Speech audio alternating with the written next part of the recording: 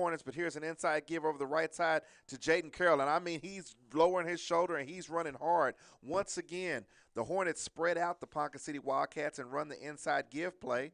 And Jaden Carroll gets enough for a Hornet first down, so I can officially say it. The Hornets are on the move. There we go. Yeah, great run by Jaden there.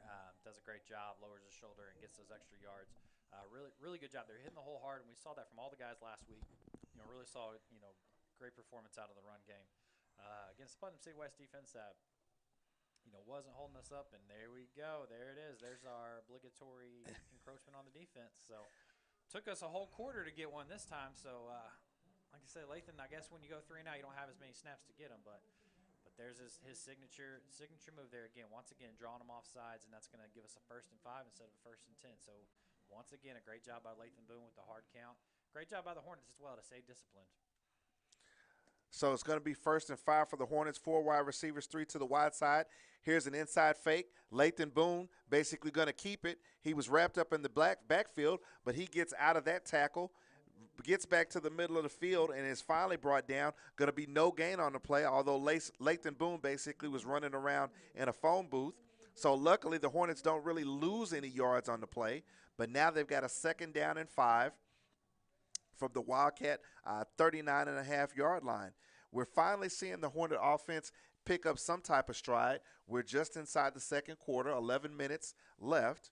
Once again, we got 4 wide receivers, pistol formation, 1 running back right behind quarterback Lathan Boone. Here's an inside give once again. And once again, it's Jaden Carroll who gets positive yards over that right side. That right side is Elijah Whitaker, Ethan Howard, and Ramsey Austin. These are players that have been the stalwarts of our offensive line all season. Positive yards on the play, going to be very close to a 1st down, but the officials are going to take a measurement. Yeah, good to have Elijah Whitaker back this week. Had to sit out last week with a little injury. Luckily, he's back, and saw him down there during pregame warm-ups. Was able to walk around a little bit, and definitely could tell he was fired up to be back on the field today, bringing a lot of emotion. So yeah, good job there by the offensive line. Great job by Jaden to burst through there and get that yardage. Was a little worried about the spot there for a minute, but looks like they got it. Didn't even need to measure. After the fall measurement, 1st down Hornets. 4 wide receiver set. Lathan Boone in the pistol. Running back to his left. Another inside give over the left side. The ball carrier is once again Jaden Carroll. Jaden Carroll is going to get positive yardage once again. So right now it's been a ground battle between both teams. Yeah, it's been, like I said, we're going to have a pretty quick game here if we keep up at this pace. But, yeah, both teams looking to establish the run, which, is not rocket science, right? That's pretty much what every team wants to do for the most part. And, again, pick your chance, take your shots here. They are keeping some safety coverage over the top, so looks like they're going to be content to not let the Hornets beat them over the top. Option play to the right by Lathan Boone. They play the pitch man, Jaden Carroll, so he cuts it up. He's going to be able to get a couple of yards on the carry. Going to bring up 3rd down and 5 from the Wildcat 32-yard line. Now we've got basically a full wide-open playbook, not behind the sticks. Going to see what the Hornet offense dials up here. Going to be 3 wide receivers to the far side, 1 wide receiver. Jalen Teague here to the near side. Lathan Boone in the pistol. Probably 4-down territory as well. Got to check with me. Well, we thought we about got him. Thought Lathan got him again on the hard count, but no call there, so we'll see what they draw up. Carroll moves up to be equal to the quarterback this time. Got a flag. But we've got a flag on the play. Let's see what we've got. Looks like we're going to have illegal procedure on the Hornets, so that's going to back us up. And now the play call is going to be crucial as we have 8 minutes and 56 seconds left in the 2nd quarter. No score by either team. Going to be interesting to see what the Hornet offense dials up right here. We haven't seen too much passing by either team. For you Hornet fans that are just tuning in, there was a deep dropped pass by the Wildcats that basically shut down a drive. The Hornets now have 4 wide receivers, pistol formation, Jaden Carroll to the left. Boone drops back, looking left, lost it high, has a man, that's Drew, and it's up, touchdown. Somebody cue the band, cue up Hornet victory, touchdown Hornets.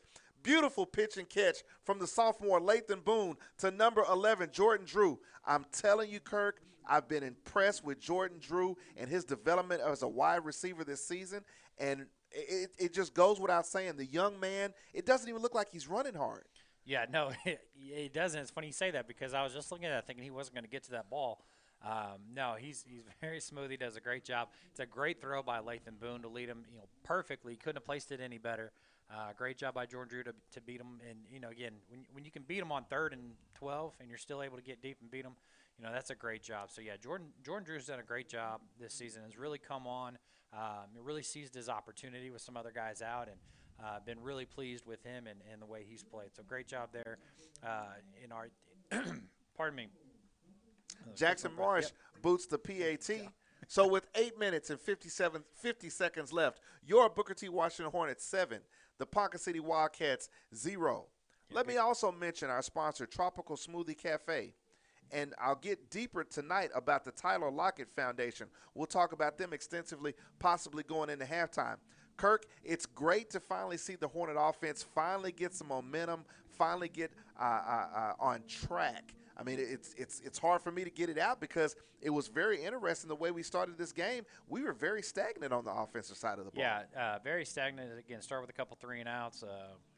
Looked out of sync. You got, like I say, you got an early snap. One of the things too, we hadn't seen much passing game, but in the first 2 drives, I think both times that Lathan had dropped back, he ended up having to tuck it and run. And so, yeah, it was good to get a little something going. Hopefully, open things up.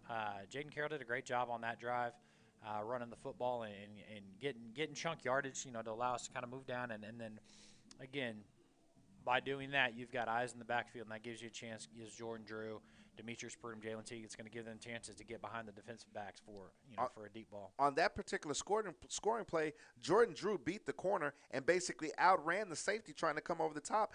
And it was a great pass by Lathan Boone because Lathan Boone is putting air up under the ball now on the deep passes, and he's basically putting them into the basket of the wide receivers. Here's Jackson Marsh with his pooch kick, going to be received at about the 20-yard line for the Wildcats.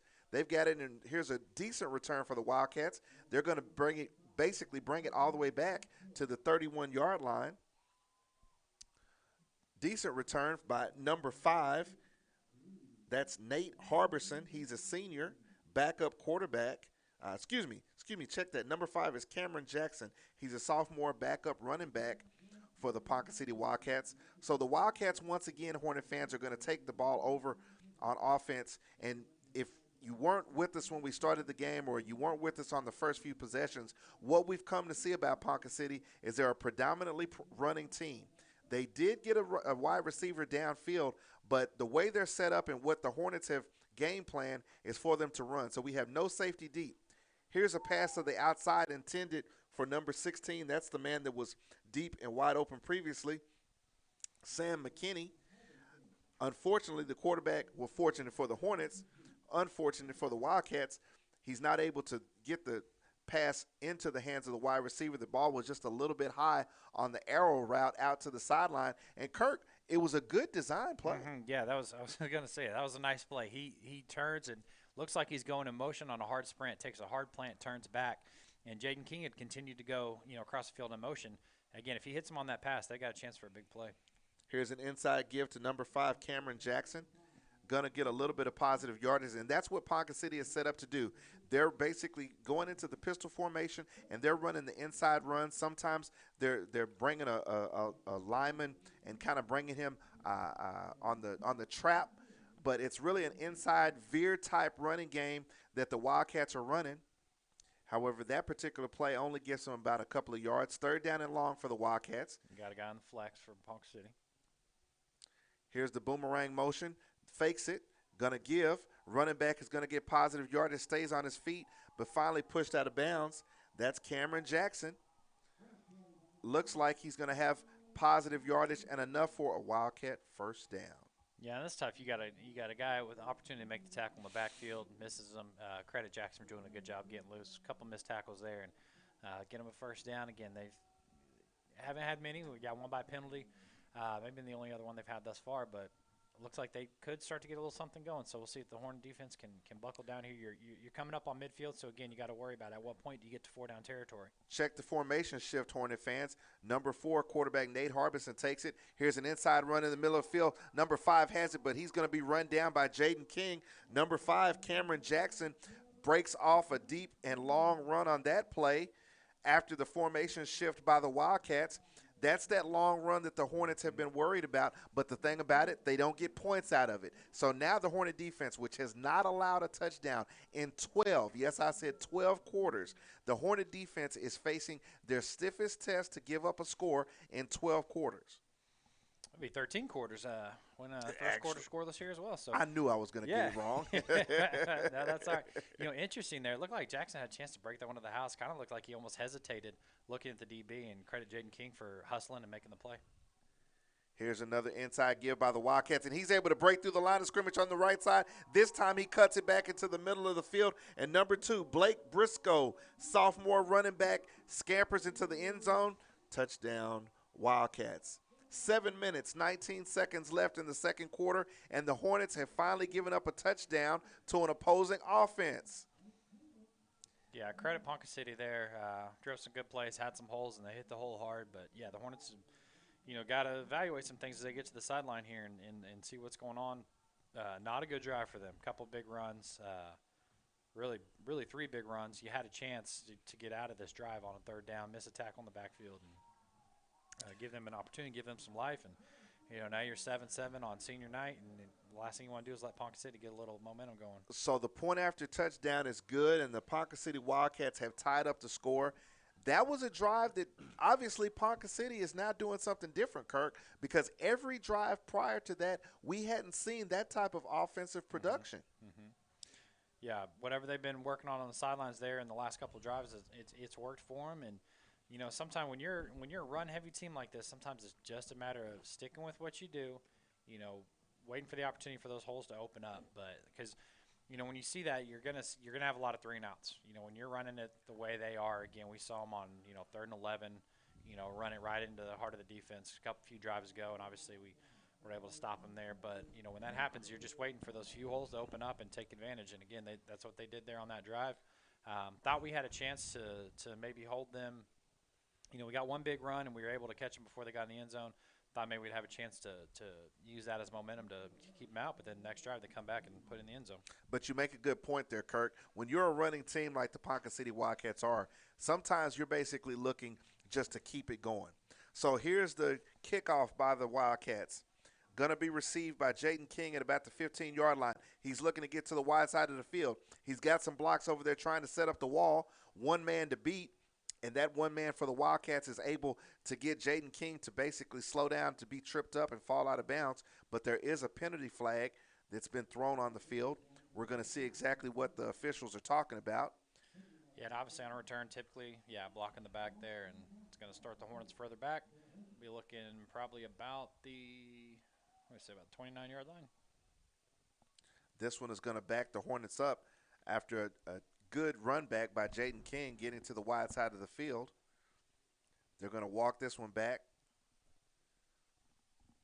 all the way to the Booker T 28-yard line is where they're going to scrimmage from. We'll see if the Hornets can keep it going. Again, they got a good drive there, and again, you'd really like to answer here. And again, you want to keep Ponca City from getting any momentum. Really, the longer you let them hang in this game, the more dangerous it gets. Absolutely. 2 wide receivers here to the near side. Pistol formation. Here's an inside give, but Jaden Carroll is going to try to bounce it outside, but nothing there. Once again, number 66, Trey Seward, a junior defensive lineman, is able to get his hands on the running back and basically throw him down. Good tackling in the fact that although he's arm tackling, he's holding on to a jersey and then he's slinging the man down. Yeah, the way you're taught to tackle is to wrap the man up and put your shoulder into the ground, but this kid is basically getting his hand on our guys and throwing them down. Going to bring up second and behind the sticks for the Hornets. Pistol formation, Jaden King to the left, 4 wide receivers. Lathan Boone looks out to the right, has a man. However, it looks like there was some miscommunication on exactly what the play was. The pass was intended for Jordan Drew, who looked like he was running the in route. Lathan Boone, however, threw it to the out route. This is going to bring up third down for the Hornets. They're behind the sticks. Yeah, and that's too bad because he had him open. If like again, appeared to be on not on the same page there, but Jordan Drew was open. Unfortunately can't connect there. So yeah, you got a third and long now. Looking about a third and 12 here. Demetrius Prudhomme in the flex position to the right for the Hornets. Jalen Teague matched up solo on the near side. Lathan Boone gets the low snap. He drops back, got a man in the middle of the field, but it's going to be incomplete. We had two Hornets there. Looked like the pass was intended for number 13, Warren. However, Demetrius Prudhomme was wide open. Yeah, again, not a great drive there by the Hornets. So we'll see if Jackson Marsh can get us a good punt and flip this field around. But no, definitely not what the Hornets want to see, especially coming off Ponca City getting a touchdown. And again, now you're giving them some life here. So you need to cover this punt. And defense needs to get back here and try to redeem themselves from one of their worst drives over the last few games. That's the third 3-and-out possession for the Hornets. Here's a little bit of a snap that was off, but Jackson Marsh gets the kick away. It's going to basically go out of bounds into Wildcat territory. Looks like the Wildcats are going to take possession at their 37-yard line. Yep. Good job by Jackson there to field the punt a little off to the side and get the punt off. Again, not as deepest punt that you'd like to see, but again, when you get a bad snap like that, kind of throws everything off. And at that point, sometimes you're just looking to make sure that you don't get it blocked. So, Hornet fans, we're on the road for the second week in a row. I don't know if it's the weather. We've had temperatures drop and also had some rain last night. This field is a field turf surface, so it's artificial. However, it can get a little heavy. Once again, we've got the interesting shift by the Wildcats. They've got one guy in the flex, pistol formation, one back behind the quarterback. Takes a snap, inside give into the middle of the field, but met immediately by the Hornets and finally brought down by the linebacker. Number 5, Cameron Jackson, the running back, basically gets a 2-yard gain. Great job by Ethan Grogan there to meet him in the hole and bring him down. Ethan Grogan basically met him face-to-face, and that's a good form tackle. He wrapped him up, and he made sure that the running back was not going anywhere until everybody else could rally to the ball.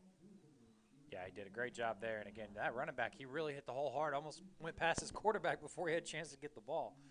So he's running with a purpose tonight. He's looking to make some things happen and obviously, motivated by breaking the long one for the touchdown. Quarterback number 3, Grant Harmon, once again in the pistol. We've got inside motion and once again got an inside give, but coming off the edge, that's number 30. Aiden Walker for the Hornets, and he's able to take the running back number 5, Cameron Jackson, down immediately. No gain on the play. Brings up third down for the Wildcats and long, and this is exactly, and I will keep repeating it, you've got a team that doesn't throw the ball very much, Kirk, so you want to have them in long down and distance situations. Absolutely. Great job by Aiden there coming off the edge, making the tackle. Yeah, you got him third and long. You really got to buckle down now. Stay disciplined. Again, if your corners, don't fall asleep here. Obviously, third and long, you got to be looking for the pass. If your linebackers, defensive line, stay disciplined. Don't get caught up with all the eye candy. Just keep your gap, keep your assignment, and you got a chance to get out of this and force a punt. So the Wildcats are going to let the play clock run down, and then they're going to call a timeout, their first timeout of the half. 4 minutes, 48 seconds left in the half. Hornets 7, Wildcats 7. Once again, let's talk about our sponsors. The Westview Medical Center, Advantage Roofing Construction, Kate Jones of Keller Williams, your Tulsa Realtor, Levinson Law, and Wingstop. These are the sponsors for Hornet Football 2020. They're having us at every game all season long. We're here for you, Hornet fans, streaming live from wherever the Hornets are to keep you safe but enjoy your football team. Yep, definitely, Byron. And let's shout out to a few of our other sponsors as well that we've added throughout the season. Of course, we talked last week about the Mocha Butterfly. Mocha, M-O-C-H-A, manifesting our creative hidden abilities. The Mocha Butterfly expression is through women's clothing where they exude beauty, strength, courage, and wisdom. And then also, as we've talked about as well, another one of our Hornet alums, Felix Jones, and his Running Back to Make a Difference Foundation, created to inform, inspire, and empower high school student athletes on how to become well-rounded and productive citizens of their communities. So it brings up third down and 8 yards for the Ponca City Wildcats. They've got 2 wide receivers in the ninja formation. Quarterback looks right, throws right. He just drops it back. Got 2 men down there. The ball is up for grabs. It's going to be complete. Ball was completed over Jordan Drew. That's number 20. Tristan Cunningham, senior wide receiver, who is 6 foot and 170 pounds. With that completion, you got first down Wildcats. Kirk, I'm a little shocked. Yeah, and we hyped up the defense pretty good here coming into the pregame, and maybe we're not the only ones doing so, and maybe they're starting to hear about themselves a little bit again. They've been great. We've talked about they've been great all year, but by far this first half here has been interesting. It's been interesting to say the least. Definitely not their best performance. And again, we've praised them all year, so we gotta tell it like it is when it's not their best performance. But hopefully they can buckle down here. We've seen them get out of a lot of tight situations this year, a lot of goal line stands, a lot of quick change where they still are able to get a stop. So they got to see if they can step up here again. You don't want to go into the half down 14-7 against a team that's not as talented as you, but is disciplined and again focused on running the ball. So if you give up a lead, they're going to run that clock. We saw it before the third down play. They ran that play clock and game clock down as far as they could before they called a timeout to talk over their play. They're in no hurry. 2nd down and 5 for the Wildcats. They're in Hornet territory, basically threatening here with 3 minutes, 45 seconds left. Here's an inside give to a cutback. Ball is going to be almost ripped away from the running back. The running back on that play was number 2, Blake Bristow. Short gain for the Wildcats. It's going to bring up 3rd down and 3. Here's a crucial 3rd down situation for the Hornet defense, who prior to this game hadn't given up a score in 12 quarters. They didn't give up a score in the first quarter of this game, so the Hornet defense made it 13 quarters without giving up a score. But now the Ponca City Wildcats are rejuvenated and have life. Yeah, Pistol formation. Mondre Tiger, Jaden Brown to get some penetration here, and let's see if we make something happen in the backfield. Inside give, but Hornets are coming off the edge and good penetration up the middle. Going to get nothing. Actually going to be a loss on the play. Brings up 4th down. The Wildcats are going to have to make a decision. Big group of Hornets there. You had Ethan Grogan coming off the edge. You had Aiden in there as well. Isaac Covington coming down from the safety spot to get in on the action as well. And again, obviously running right at our big guys, Madre and Jaden. They did a great job there again. So 4th and 5 here, definitely going for it from what we can see. So again, you got a chance to get off the field here. Again, stay disciplined. Don't get caught up in all the trickery. Corners, stay with your men here. Defensive line, let's get some penetration. Wildcats break the huddle, bring a man in boomerang motion. Inside give over the right side, trying to get up and cut it back. Play is going to be brought down. Looks like with the positive yardage, it's going to be first down Wildcats. Yeah, another good play there by them. They're bringing motion. What they're doing is, they're going to the short side of the field with the run, but they're moving all their receivers, tight ends. They're taking them to the wide side, clearing out the defense from that side of the field, and basically you're just trying to get your running back around the edge. And they had success with it there. They had success earlier in the game as well. So something what to see. Possibly some adjustments by JB and Jeremy Neathon, linebacker coach, and see if we can get that figured out because it's been one of the trickier plays for us to handle thus far. We've got H-back motion, quarterback going to keep it, but he's basically snuffed out immediately. Going to be a loss on the play. Ponca City was scrimmaging from the Booker T 24-yard line, but with this loss on the play, it's going to back them up and get them behind the sticks. They're now going to be at the 30-yard line, actually the 31-yard line, so a loss of 7 on the play. Inside 2 minutes going into the half. Great Hornets job. 7, Wildcats 7. Great job by Ethan Grogan there. The zone read, he watches it, stays with the quarterback, able to make the play. He has Isaac Covington coming down as well, downhill to make sure that they keep him from getting anything out of that. So great job again. You're in 2nd and long now. Now you got to buckle down. You got to take advantage. You've won first down, put them way behind the sticks. Now you got to get off the field. Once again, heavy package line, but the quarterback looking back to his right, puts air up under it, has a man down there. The wide receiver was able to actually get his hands on it, but not bring it in. The pass is going to be incomplete. Looks like the Wildcats wanted to go ahead and take a chance there, Yeah, Kurt. they did. Went right at Jaden King again. Again, they caught him on one in the first quarter. Receiver dropped it. Luckily for the Hornets, he's in great coverage there. I mean, he's draped all over him, cleanly, of course. I don't know that Jaden didn't get a hand on that as well. So that was credit to Ponca City for taking the shot. Jaden was up to the test on that one. 3rd down and 16 for the Wildcats. 1 minute and 41 seconds left in the half. Quarterback takes the play from the sideline. That's Grant Harmon. 4 down territory here, so you watch for the draw play or screen play. Heavy package, heavy line for the Wildcats. Here's an inside give, but wrapped up immediately and brought down. That's what the Hornets need to do. Number 21, linebacker Ethan Grogan. We've talked about him a couple of times already tonight. And once this time he gets downhill into the backfield quickly, makes the tackle. That's a great job by Ethan Grogan. You're right. He's been all over the field on this drive in particular. So does a great job there. Again, now you're in 4th and long, but again, you're at the 30-yard line. So you're looking at a 47-yard field goal. Not familiar with what kind of kicker they've got at Ponca City.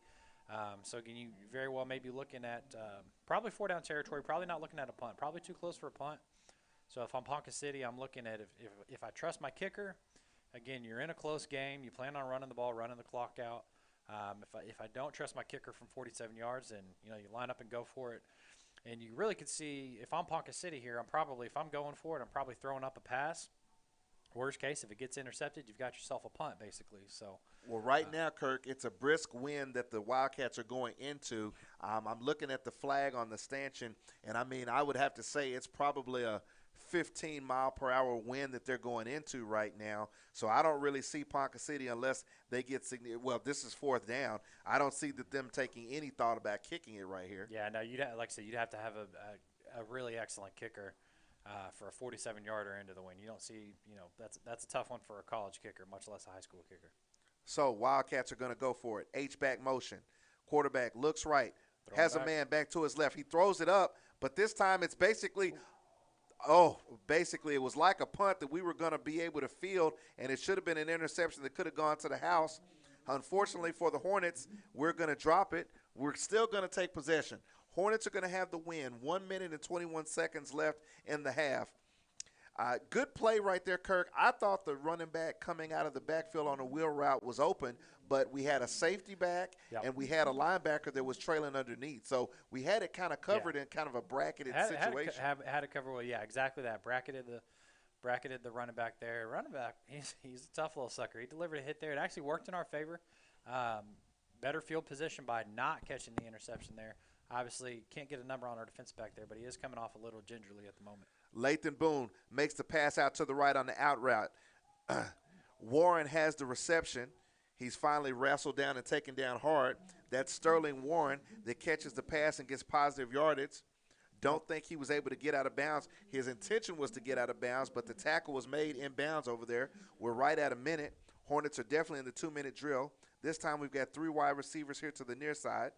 Lathan Boone checks to the sideline. Now he's got it. He drops back, rolling to his right. Yeah, got a flag. Basically going to gun it. Has a receiver with the completed pass. I believe that's going to be DJ McKinney. He steps out of bounds. Yeah, I think we're going to be coming back from a hold on the offense there. Looks like when Lathan went to escape out of the pocket, and when you see this a lot, obviously, the quarterback gets running, escapes out of the pocket. That defensive lineman turns to run after him, and sometimes you get, you lose where your hands are as offensive lineman, and you end up grabbing there. So it's going to set the Hornets back again. Like you said, Byron, you got the wind at your back. If you want to get something for Jackson here, you're probably looking, let's say we're on the 20-yard line, so you're looking, probably need another 50 to 60 yards to get something in field goal range for him. Although he does have the wind at his back, so you could be looking something a little bit longer, particularly if you're if you can get it at the end of the half where there's no possession afterwards. So 2nd and 20 for the Hornets. Several wide receivers. Lathan Boone looks back, doesn't have anything. This time he's going to loft it and just throw it out of bounds. Way to basically understand and live for another down instead of forcing something into any type of coverage. Good play on the defensive side for the Ponca City Wildcats, Kirk, because they had everything covered up on all the routes the Hornets had right there. Yeah, they've done a pretty good job. Again, they let Jordan Drew get past them for the touchdown. Other than that, their coverage has been pretty solid. We've seen Lathan have to tuck it and run several times here in the first half. Overall, the Hornet offense, fans, has been just a little bit off all night long. We've seen several drives that have ended in 3 and out, but this time we've got 3rd down behind the sticks. Now we've got a timeout by the Hornets. But as I was saying, Hornet fans, for this entire game, the offense has just seemed a little bit out of sorts. We've seen Jaden Carroll run the ball some. And then we've seen Jaden Carroll bottled up. We've seen DJ McKinney run the ball a little bit. But we haven't been able to put together a stream of plays, Kirk, except for the one scoring drive for the offense to look like it's clicking on all cylinders. Yeah, it's been sporadic at best for the offense tonight. Definitely all around the Hornets not having their best night on the offensive or defensive sides of the ball. So that's, find yourself tied in 7-7 with Ponca. And again, a long third down here, and we'll see what they draw up, if they even put in the air, if they go ahead and just run it. Not sure if our scoreboard's accurate. Ponca's got 2 timeouts, so they may very well, and if I'm them, I'm taking a timeout after. If it's a run, I'm taking a timeout after this to see, just never know what can happen. Get a decent return, put yourself in field goal range, maybe get a couple shots at the end zone. So we'll see. Hornets in behind the sticks here. Hornets are going to basically go ahead and run the inside give and basically try to just run out the clock here on third down. Going to be a short game by Jaden Carroll. But Ponca City, I believe. Nope. Yep, Ponca City. Nope. Timeout Hornets. So it's going to bring up fourth down. Now here's a situation the Hornets have to be very, very particular about their blocking schemes first. Make sure we get this punt off, Kirk. Absolutely. First and foremost, play with fundamentals, protect, get the punt off, get down and cover. Again, you got 32.8 seconds here. So with this, say you don't really get a return necessarily, you're going to end up with 22 seconds or so to try and do something if you're punking. Again, not sure what they've got in regards to a field goal kicker. Obviously, we didn't see him there on the 47-yarder, which makes sense. They did have a 10-7 victory over Bartlesville, though, so obviously we know we've got somebody that can put it through the uprights. So the question basically will come down to what's his range. All right, the Hornets are set up in punt formation. 32.8 seconds left here in the second half before halftime.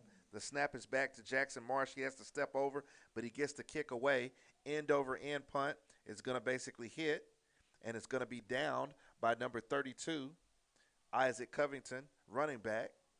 Let me take a moment to basically talk about one of our other sponsors. The Booker T. Washington Hornets are glad to present Health and Safety Education Consultants, Premier Healthcare Training Center, offering certified nurse aid and certified medication aid training. Call 918-812-0299 to learn more about the course offerings. This is a minority female-owned business in the North Tulsa community for change that is needed.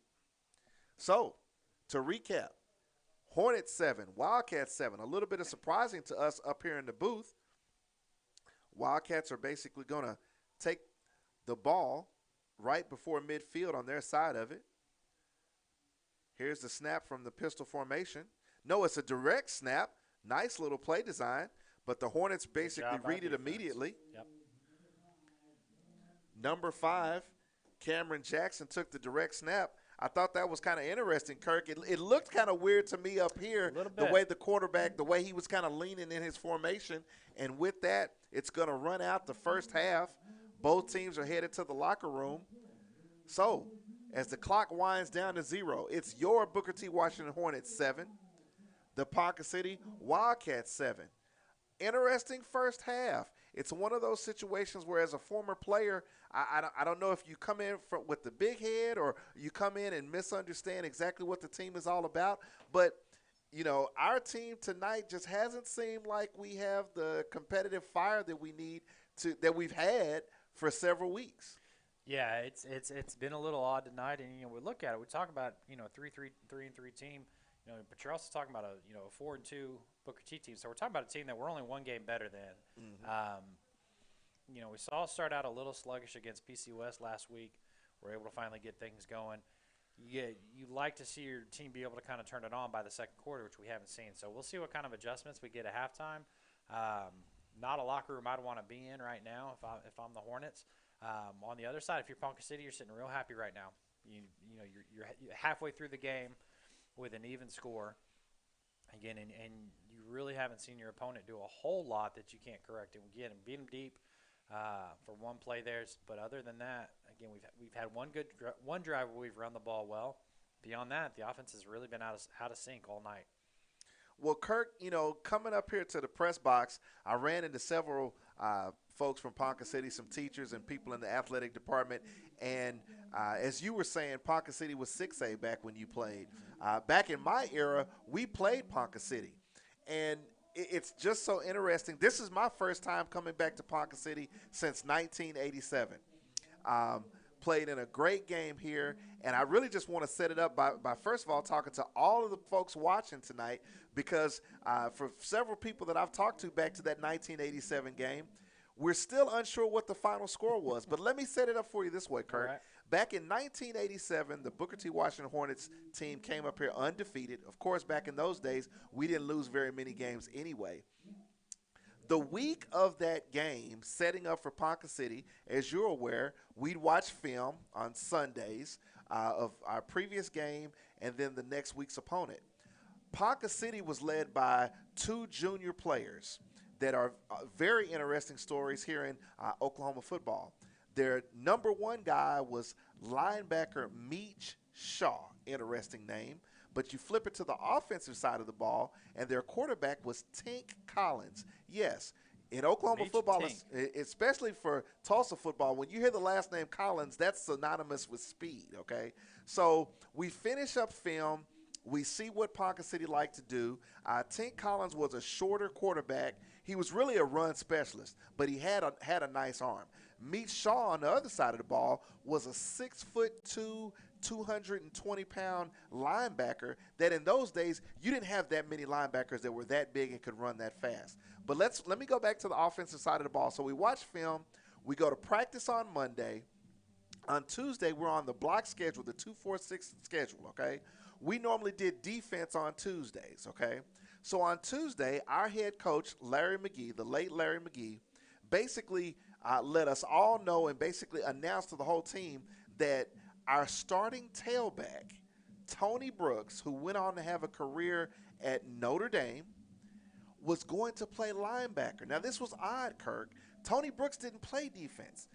Had the capability to play defense, but Tony Brooks didn't play defense. I mean, Tony Brooks was a bruising fullback, but played tailback. He played fullback with Jerome to spy Tink Collins just for the Ponca City game. Now, as a player, I'm kind of going, that's interesting. But it turned out to be brilliant. We finished the practice for the rest of the week, came up here to Ponca City. Ponca was nowhere near ready for it, and Tony Brooks was a beast. He had several sacks on the night because whenever Tink Collins did drop back on a dedicated pass once they got behind, Tony Brooks was basically coming downhill, and nobody could block him, first of all. But on several other occasions where we had schemed what Ponca City was going to do from a running standpoint, or basically giving kind of the pre-zone read type looks, Tony Brooks would come off the edge. Nobody could block him, okay? All right? He's coming off the edge, blowing up everything Ponca City could do. Now, Tink Collins on offense, quarterback, Meach Shaw on defense. These guys both graduated in 1988. They were both major D1 players. Flipping over to defense, Meach Shaw, as I said before, huge guy, could really run. We had difficulty with Meach because for our offensive guard, who's a really good friend of mine, a brother of mine, he talked about, the offensive guard normally blocks the middle linebacker, okay? Mm-hmm. Well, the thing about Meach Shaw was he was so fast from the snap of the ball, where'd he go? I mean, you literally got a guy that big, that fast, running downhill, blowing up plays.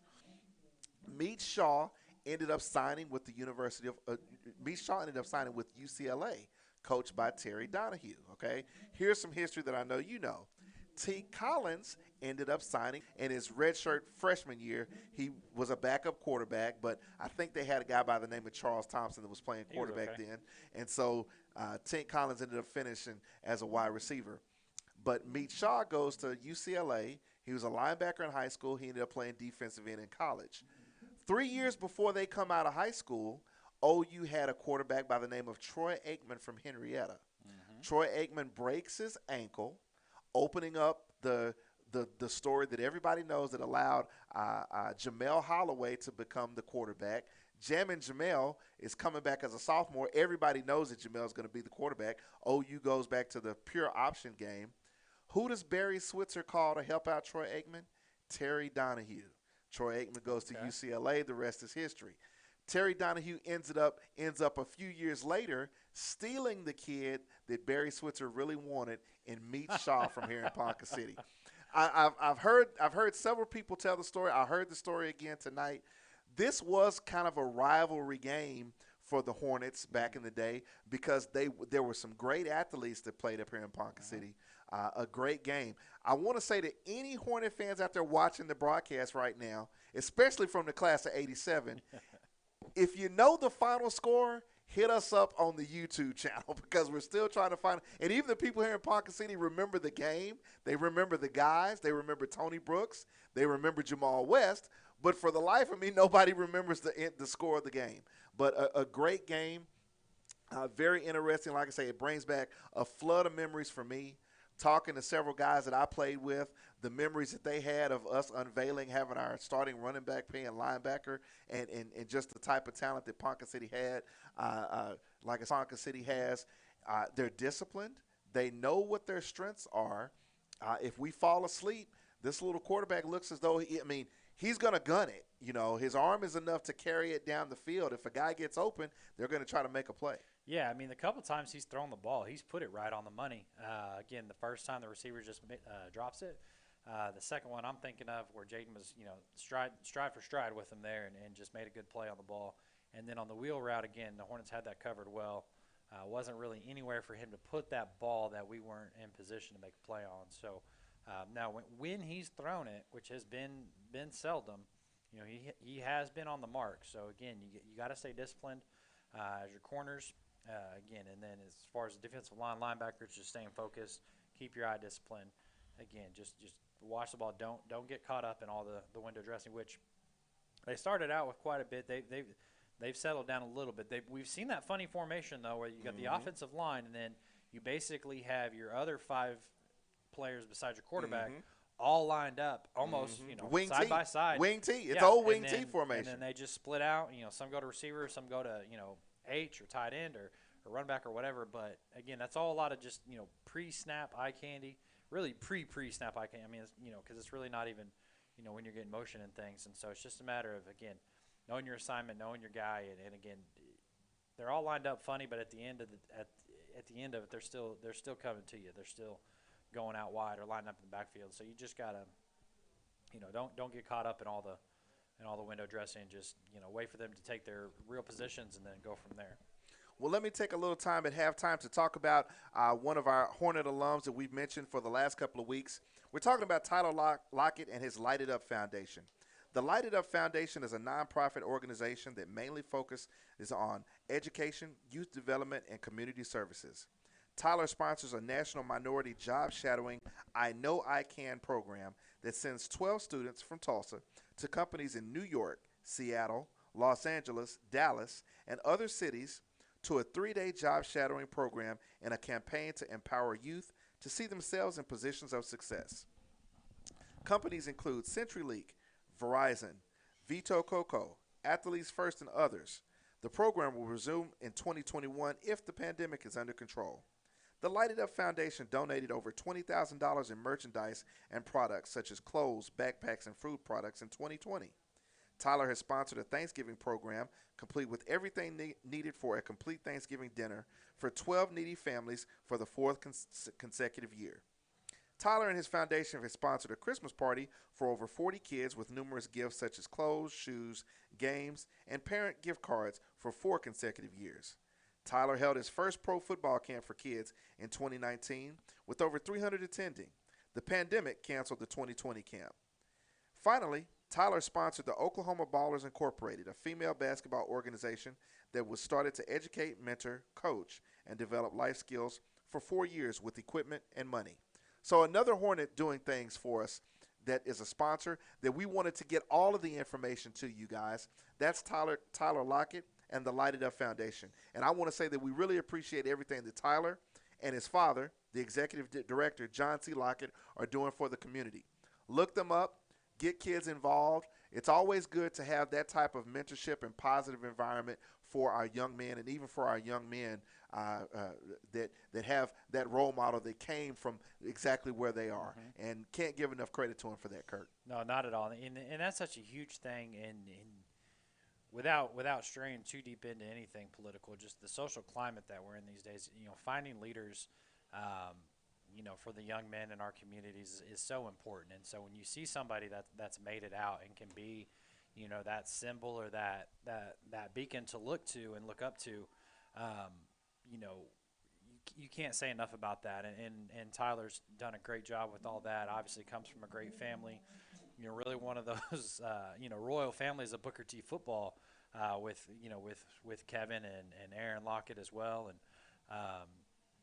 like I said, it seems like there's been a Lockett at Booker T for, 15, 20 plus years, but, he's done great things in the community, and we've seen so many, of our other alums do the same thing. It's funny. I've been really enjoying, just scrolling through my Facebook page lately. There's a whole lot of Bulldogs posts out there. Seeing a lot of Bulldogs posts and guys that I knew either went to school with or played against, getting involved with coaching their sons and their nephews, and it's great to see. And that's what's important is giving back to the community and making sure that we've got strong leaders and teach and kind of inspire with how you make it, what you have to do, what you have to avoid. It's great to see that from Tyler and others that have taking the time to give back, because hey, Tyler doesn't have to. Tyler's got a full-time job, in case anybody didn't know, and he's got money to burn, and he's got plenty of other things that he could do, but he chooses to give back to his community, and that's just something special that not everybody does, and so it's great to see that from one of our own. Let's run down some scores real quick, Kirk, from 6A2. At the half, the Pryor Tigers 6, Sapulpa Chieftains 6.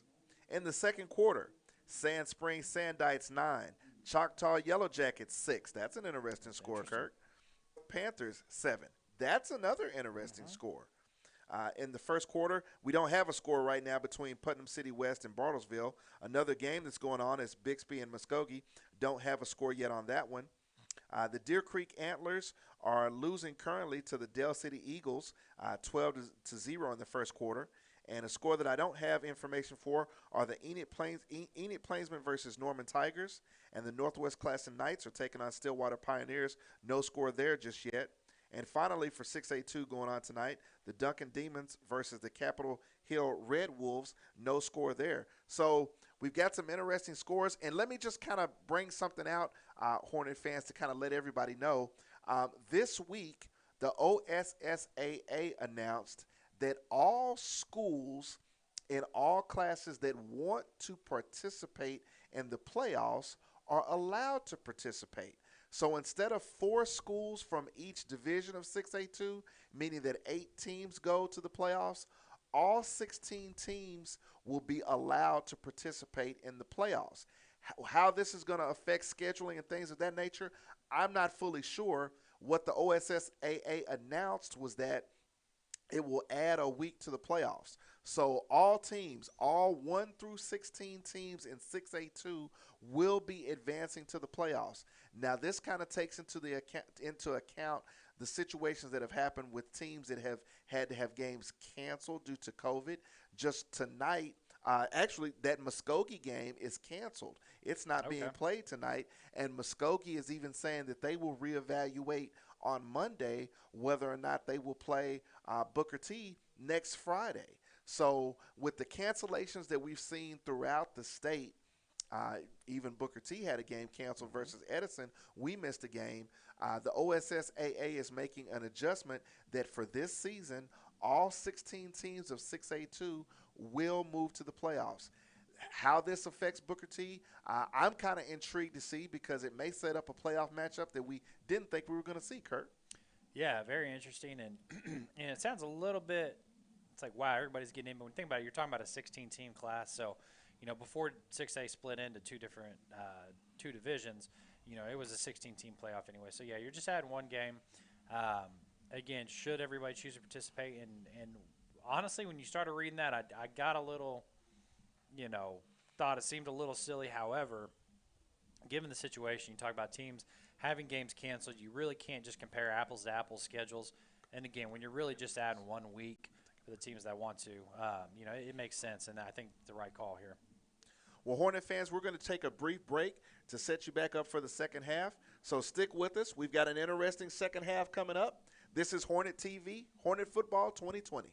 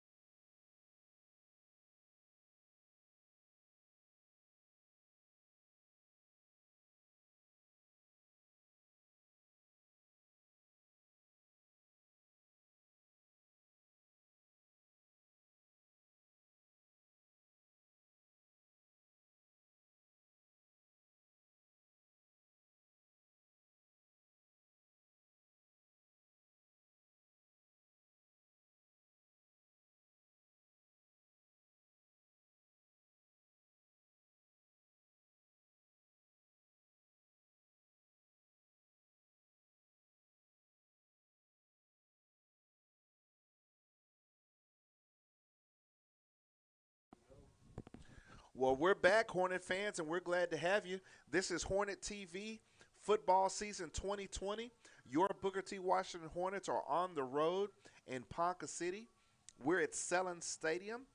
It's Byron Perry and Kirk Jones bringing you the second half of this football game. We've had an interesting first half. Your Hornets are tied up and in a dogfight with 6A2 number 10 Ponca City.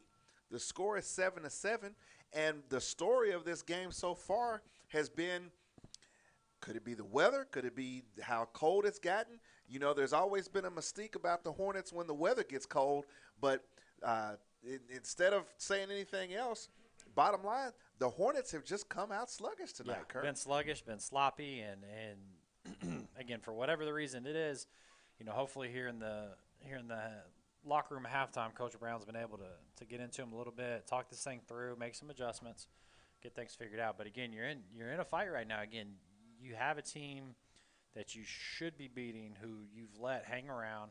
You're tied at halftime. Again, it's their senior night. You know, again, cold, chilly night.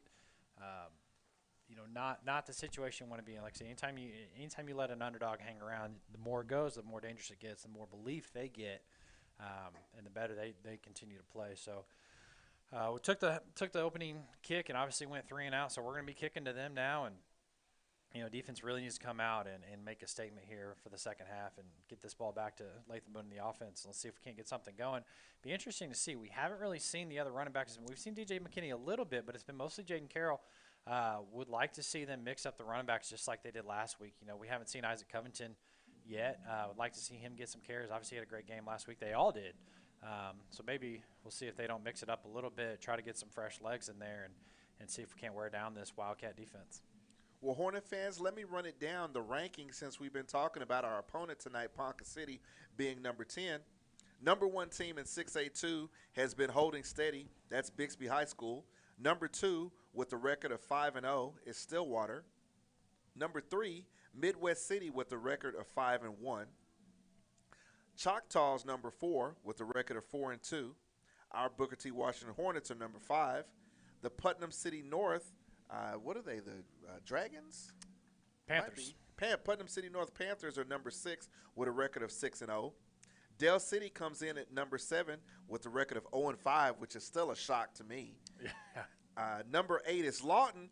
Interesting enough, that's a team that we might see, Kirk. I mean, Okay. Lawton's over there on that western part of the state, and you know, for some sneaky reason, at 3-2, I don't know why. I think that we might see the Lawton Wolverines. I believe that's what they are. Yeah, I can't correct you on that one because I don't know that one for sure. But no, Yeah. and that's always been a dangerous team. You know, again, it's a school. You know, all the Lawton schools, you know, Mac, Ike, all got a lot of tradition. Have turned out a lot of NFL players, much like Booker T. Yeah. Some great ones. You know, James Trapp, Hall of Famer Willie Shields. No, they've had their fair share of players. That's always a school that's going to be dangerous. So, yeah, no, that'll be interesting to see. Slotted at number 9 is Sand Springs, who we've beaten. They're 4-3. And then finally, we've got Ponca City with a 500 record at 3-3. So it's an interesting 6A2 top 10 list. We're seeing scores come in of games that are happening tonight that are interesting. We now know that everybody will be eligible for the playoffs, so it'll be hard to say at this point in time right now who Booker T is going to play and where and things of that nature. It's going to be an interesting season all the way around. Yeah, absolutely, partner. It's like we talked about just before come back on the air. I mean, just the scores, like who's beat who. You know, there's really been no rhyme or reason this year. It's been very open. You see a lot of 2-loss, 3-loss teams. Usually you kind of know, you can look at a playoff bracket and you can kind of map it out pretty close to how it ends up playing out. But this year's going to be wild. There's a lot of parity. So we've got the kick to start the second half. Jackson Marsh kicks it kicks it deep this time. The receiver is basically trying to bring it back here to the near side, but he's basically brought down. It's a great coverage there on the kick, and Hornets will, like I said, keep them inside the 25 to start their first drive. Great coverage there. Keontae rushing, sophomore wide receiver linebacker making the play there. So the Wildcats are going to have the ball first down from their 24-yard line. We've seen the Ponca City Wildcats be basically a running team all night long. They've got basically 3 offensive linemen to each side of the center. They run a lot of what I call, or what it is, they run a lot of veer schemes where they bring a guard or even the tackle from one side basically on a veer kick out block to the opposite side, or bringing that tackle basically on a trap block. That particular play, inside run that's coming here to the near side, leads to nothing. Hopefully, we see some adjustments by the Hornets, Kirk, coming out of the halftime. Yeah, great play by Ethan Grogan, picking up right where he left off in the first half. Great job to move over, come across the line, and throw the man down. Quarterback is going to drop back. This time he's going to throw here to the near side, basically right there. Jaden King in coverage, and we've got flags on the play. The pass was intended for number 16, Sam McKinney. And if my eyes are deceiving me, I don't know where this flag and what this flag is coming from. We're waiting for the officials to tell us. And it's going to be what I had the worst fear would be, pass interference against the Hornets. It's going to give the Ponca City Wildcats a first down. Number 16 for the Wildcats, Sam McKinney, as I've said previously, a 5'4", 140-pound senior wide receiver, and he's been the guy that the quarterback, number 3, Grant Harmon, has been targeting all night long. Obviously, shorter guy is going to be quick, but that pass interference, Kirk, oh, man, that's a stretch. Yeah. I mean, at best, he had a hand, hip checking him, but there was no interference there. Man in motion, the ball's going to be snapped, but number 16 picks it up. Looks like it may have tried to set up the reverse, and he's going to be taken down. Going to be another loss on first down for the Wildcats. The ball was snapped in the pistol formation to quarterback Grant Harmon, but the man in motion, Sam McKinney, picked it up. Plenty of Hornets in the backfield that time. They basically blew that play up from the begin. So the Wildcats are going to be behind the sticks. It's going to be second down in about 10 minutes, 37 seconds in the third quarter. Yeah, you got him behind the sticks here on second down now. So, again, you need to step on the throat and go ahead and end this drive. Here's the boomerang motion, inside give, and the Hornets are there immediately. Number 66, Ethan Howard, into the backfield. Tiger there. Several guys for the Hornet defense are basically now getting into the backfield, getting a yard upfield and reading, and basically taking on the blocks of this offensive line by Ponca City. Yeah, absolutely. And 15, Ahmad Scott in there on the play as well. And we're two offices down from linebacker coach Jeremy Nathan here, and he was pumped up about that one for sure. Seeing his crew get in there and make a play. Again, now you got third and long. Again, obvious passing down. We'll see if they do put it in the air. Again, if it like we saw in the last drive, just play it clean. Again, I thought they played the last pass clean. Didn't agree with that call, but that's a big thing. And the only thing that's going to really rescue him here is a penalty. Ninja formation right, Here we go. And basically the quarterback guns it to the right, but it's intercepted. Somebody cue the band. Strike up Hornet victory. Number 21, Ethan Grogan with the pick six. Touchdown, Hornets. Great job by Ethan again. Coach Ethan going nuts over there. Really happy to see his guy make a play, and well-deserved. Ethan, we've been calling his name all night. He's done a great job. Whereas we've talked about this being a bit of a sluggish game so far by the Hornets, he is not one of the guilty parties on that front. He's been all over the place. Gets paid off there with a beautiful pick six and hits pay dirt, and we'll see if Jackson Marsh can tack on the extra point, easy for me to say, and make this a 14-7 game. Now, I noticed it in the first half, and we'll let Jackson Marsh kick this point after touchdown real quick. The snap is back, hold is down, kick is up, and it's good. 9 minutes, 33 seconds left in the third quarter. The Hornets take a 14-7 lead over the Ponca City Wildcats. Kirk, I thought I saw it, but I wasn't sure, so I didn't call it out. Ponca City has been switching quarterbacks, okay? So the quarterback on that play, that passing play, was number 4, Nate Harbison, a senior. The normal quarterback that we've seen for most of the night has been number 3, Grant Harmon. Okay, number 3, Grant Harmon. As we basically set it up, Hornet fans, Ponca City's not a big passing team. Most of their offensive production has come on the ground, and we've seen it here tonight. You look at their game plan, their strategy. Even on that play, they had the jumbo line package, meaning that they've got a center, 2 guards, and a tackle on each side of the center, okay? They had the ninja formation to the wide side of the field. They ran an out route. Grogan was able to jump it and take it back in for the touchdown. This could be something that the Hornet defense is going to be looking to pick up on. If they've got one quarterback that throws and one quarterback that runs everything else, the defense should kind of be pinning their ears back and basically, as Ethan Grogan did then, basically looking for routes to jump. Yeah, absolutely. And yeah, when it makes that obvious, it does make it a lot easier to key on things. And, hopefully that's something we can continue to take advantage of here. And like I said, see if we can't open this up in the second half. This is strategy, Hornet fans. Ethan, There he is again. I can't even get it out because the hit was so hard. Jackson Marsh kicks the pooch once again. That's taken at about the 20-yard line, but return it at your own peril. My God. Great play there by Ethan. And obviously, I think I got these guys nailed down. I always forget, so I grabbed the roster. I got to look, of course, senior here. I was hoping we were going to get another year or two of him in his play, but take it in, Hornet fans. He's been a great player all year long, and he's really showed out tonight. He's done a fantastic job. Yes, he has. That's Ethan Grogan, the senior at the linebacker position. Started off the year with a pick six, didn't he? Didn't he, Kurt? And we needed the pick six here tonight.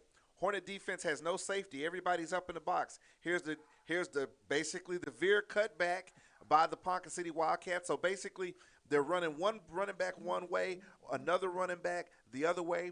The offensive line has a pulling guard or a pulling double guard, and they're basically trying to get kind of a trap block or a lead type of play, but nothing doing on that play. That was immediately snuffed out by the Hornets, a loss on the play. I've said a lot, but the Hornet defense is finally stepping up, fans. Yeah, they've really come out of the second half on fire here, and again, gets them behind the sticks on second down here, and we'll see if they can't get another 3 and out. Flex motion, here's an inside give, but the safety comes up and makes a tackle. The Wildcats are able to gain a couple of yards, but it's still going to be 3rd down and 9 and behind the sticks. And this is the fire that we needed to see from the Hornets, Kirk. Right. This is a Hornet defense we've come to know this year, and again, glad to see that something changed in the locker room, and really you kind of expected it to. You had a feeling Coach Brown was going to get into him pretty good, and looks like we're going to have a timeout here. Not sure which side. Well, maybe officials, actually. Well, I'll take a moment to once again notify every one of our sponsors: Westview Medical Center, Advantage Roofing Construction, Kate Jones of Keller Williams, Your Tulsa Realtor, Levinson Law, and Wingstop. These are the sponsors for Hornet Football 2020. They're allowing you to be at every single Hornet football game this year. We appreciate them, and we want to hear from you. If you've had any interactions with these sponsors, let us know on the feed. 3rd down and long for the Ponca City Wildcats. 2 wide receivers, now man in motion to the near side. Here's an out cut to that number 16, and immediately Jaden King comes up and makes a tackle. Nobody was fooled on that play, Kurt. No, great job, absolutely. Hornets had it sniffed out. Jaden does a great job there. It's always fun to see him make a play on 3rd down because then he's going back for the punt return after that. So great series by the Hornets, and honestly, really great half thus far in both series that we've seen. Really, the only positive play for Ponca City has been a questionable pass interference call. On that drive, for questionable sure. is being nice. Yeah, questionable is being nice. So questionable is being politically great job correct. so far by the Hornet defense. Ponca City set up in punt formation. Jaden King is back. Snap is back. Punt is up. It's a deep punt. It's over. Going to drop. Jaden King has it. He's got a wall set up to the left, but he can't get there. Ponca City is able to take him down. The Hornets are going to scrimmage from their 45-yard line. For the first time in the second half, we're going to see Lathan Boone in the offense. Hornets will take over with 7 minutes and 13 seconds left in the 3rd quarter. Hornets currently up by a touchdown, 14-7 over the Ponca City Wildcats. We're here on the road in the cold. It's senior night for Ponca City. They've definitely played inspired football, Kirk. Absolutely, and take a quick break here while we got some time. We had added another sponsor last week that we want to mention. Fellow linebacker from back in the class of 2004, good friend of mine, Adrian Bradley, and is sponsoring us through his business, A&D Sports Management. A&D Sports Management is a sports marketing and entertainment agency with expertise in strategic marketing, public relations, and business management. We ensure athletes, brands, and businesses take their game to the next level to maximize the impact of their success. So again, Byron, there just another former Hornet giving back to his team, to his school, and known Adrian since middle school, back when he was at Madison, and kind of that guy you kind of wanted to avoid on the field if you could. So great guy though. Off, one of the nicest guys you'll ever meet off the field, but boy, mean when he was on it. But done a great job again, a fellow class of '04 Hornet with myself, and good to see him doing some great things and really pushing and making a difference out in the community. Well, I'd definitely like to hook up with Adrian and shake his hand. Hornets are in the Wildcat formation. As Kirk was giving that information about our sponsor, the Hornets were penalized and moved back, but we've got Wildcat or jumbo package for the Hornets. But Jaden Carroll takes the direct snap, and after basically shuffling his feet a little bit, he's still going to get positive yardage. First time seeing jumbo tonight, First Kirk. time we had the jumbo tonight. So, again, mixing it up. Yeah, absolutely. And, again, I like that. You're seeing jumbo. You're not seeing it inside the 10-yard line. You're seeing it back on your own 30, your own 35. So, great to see him use it on other areas of the field. Once again, jumbo package with the shift formation. Jaden Carroll is coming left. He's got a lane. He's going to cut it back. He's going to be brought down. And, oh, my God, I was getting ready to say somebody's going to walk that dog. But wrapped up around the hips and taken down. Positive yard is good for a first down, Hornets. I like the mixing it up, Kirk. I do too. I like, like I said, just trying something different because let's be honest, really not much has worked tonight. So changing things up a little bit. Now, what'll be interesting to see is if there's something they can build off of this with this much space. You got Jalen T wide left at the top of the screen. This time, Carroll's coming to the left. Basically, we didn't get a block over there. Jaden Carroll was basically trying to set up things to the left, but when he cut it back, basically a good play by the defender there for Ponca City, basically kind of setting things up by coming wide and then dipping inside. Jaden Carroll tries to go inside thinking he had an alley, but he didn't. Only got a yard on the play, but it's still a yard. Yeah, we're going to see DJ McKinney now. Same formation, jumbo. Still jumbo, but they're bringing McKinney in and giving Jaden a break. DJ McKinney with the direct snap. He's basically going to go into the middle of the field, and he's basically going to still get positive yardage for the Hornets.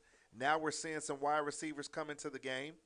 Going to be third down and short for the Hornets. I'd normally say that the playbook is wide open, and in this particular situation it is.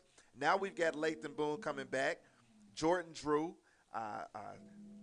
Sterling Warren are in the game. We're going to see what we could say is a normal package of 4 wides, 3 here to the near side, 1 to the top. Third down and 3 for the Hornets. No deep coverage on Jalen Teague. Hornets are on the move, but the cornerback is rolling back.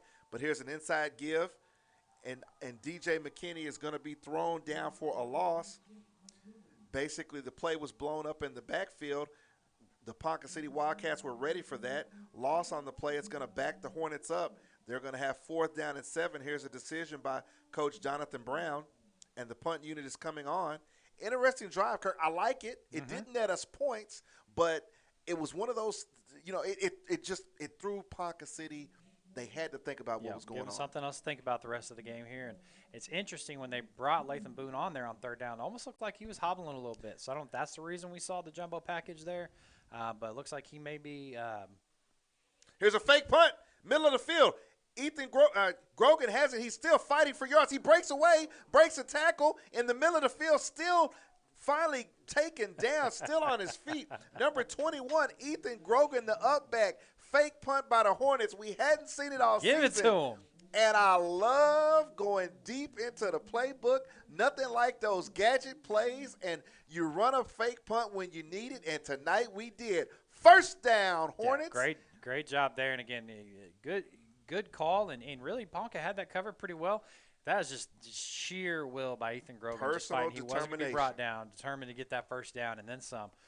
Does a great job. And we're back to the jumbo package. Lathan Boone out. Looks like Jaden Carroll back in. Jumbo package with a shift. Going to the right side. Cuts back. Now going to cut to the outside. He's got a lane down there. Jaden Carroll basically doesn't try to lower his shoulder at the goal line. Going to be taken out of the inside the 1 yard line. Looks like he's going to come back on a hold, though. Flag on the play. Beautiful run by Jaden Carroll. What I liked about that particular run is that he was really trying to set up blocks. He was really trying to set up the alley for him to get where he was trying to go. Unfortunately, it's going to be called back by a hold, so it's going to make it – we're going to replay first down, but it's going to be 1st and 20. 4 minutes, 5 seconds left in the third quarter. Your Hornets are on the move after a fake punt on 4th down coming into the third quarter. Hornets are currently up 14-7 over the Ponca City Wildcats. Yeah, it's a penalty there, but again, we've started to see some things working on offense, and hopefully we can, overcome that. But yeah, just a great job by the jumbo package here.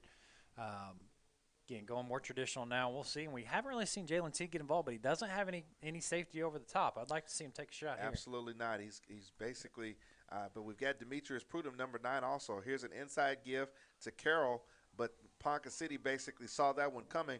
Both of the edge players, number 36, who is Elijah Phillips, a junior linebacker, basically is able to come off the snap and basically crash down into the backfield to take down Jaden Carroll before he could get ahead of steam. So a short gain on the play, really no gain, is going to bring up 2nd down and 20. The Hornets are behind the sticks after a holding penalty on 1st down. Lathan Boone breaks the huddle. He's got 4 wide receivers. We could use some of those hidden yards right here, Kirk. Yeah, absolutely. Wouldn't be.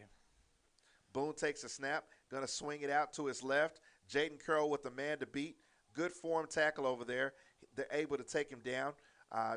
That's something that we haven't seen very much of. One man taking Jaden Carroll down, but that's just a good hard tackle.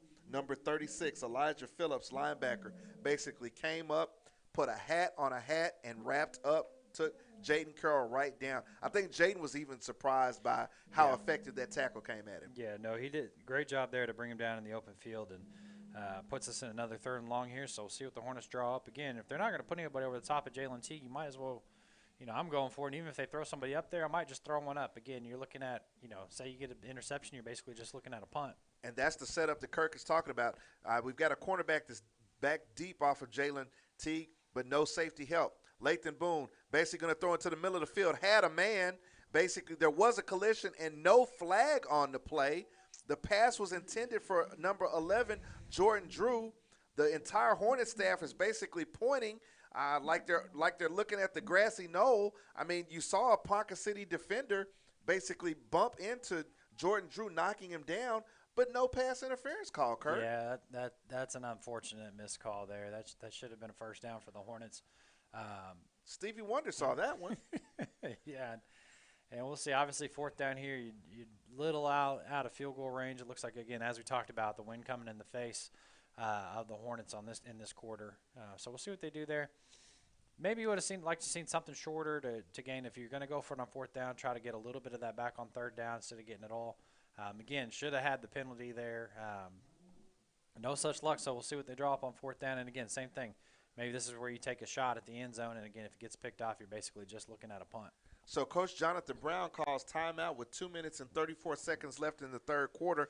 I think he also wants to take some time to possibly talk to an official, but I don't see him doing it. But obviously there was pass interference on that particular play. It wasn't called, so we really can't cry over spilled milk. But the Hornets have the ball on the 30-yard line of the Ponca City Wildcats. 2 minutes and 34 seconds left in the 3rd quarter. And it's just a situation, Kirk, that has been interesting to me all night, that Ponca City has done just enough in the defensive secondary that hasn't let any of our guys, except for Jordan Drew early, to get the space that they need to be open for Lathan Boone to make a strike to him. Yeah, they've really played hard. Again, defensive coordinator Justin Rowland's crew really played hard, sticking in there and keeping this game close. And again, now you got the Hornets. You're there and you're on their side of the field, but you are in a 4th and very long situation. So again, we'll see what they do. If it's me, I'm looking at throwing one up to Jalen Teague. Just let him use his size and try to get, go for the catch. Maybe get a pass interference, although I wouldn't hold our breath on that. But again, you don't have a lot of room to work with here anyway as far as a punt. So Lathan Boone drops back, doesn't have what he wants. This time he's going to look to run it. We've got another flag on the play.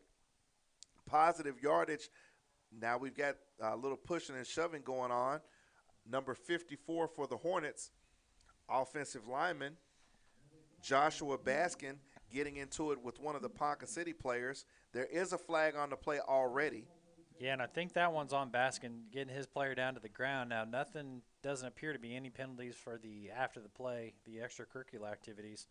Yeah, they're going to go obviously decline that one, and Ponca City will take over. But, yeah, I mean, you got to be careful there. You get chippy there after the plays. If they don't throw a flag on one of those, then you're going to leave yourself open to letting it get out of control.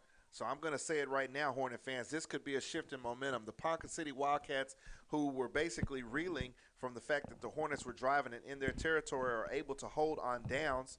They're going to take over at the 26-yard at their 26-yard line. Now, this is a running team primarily.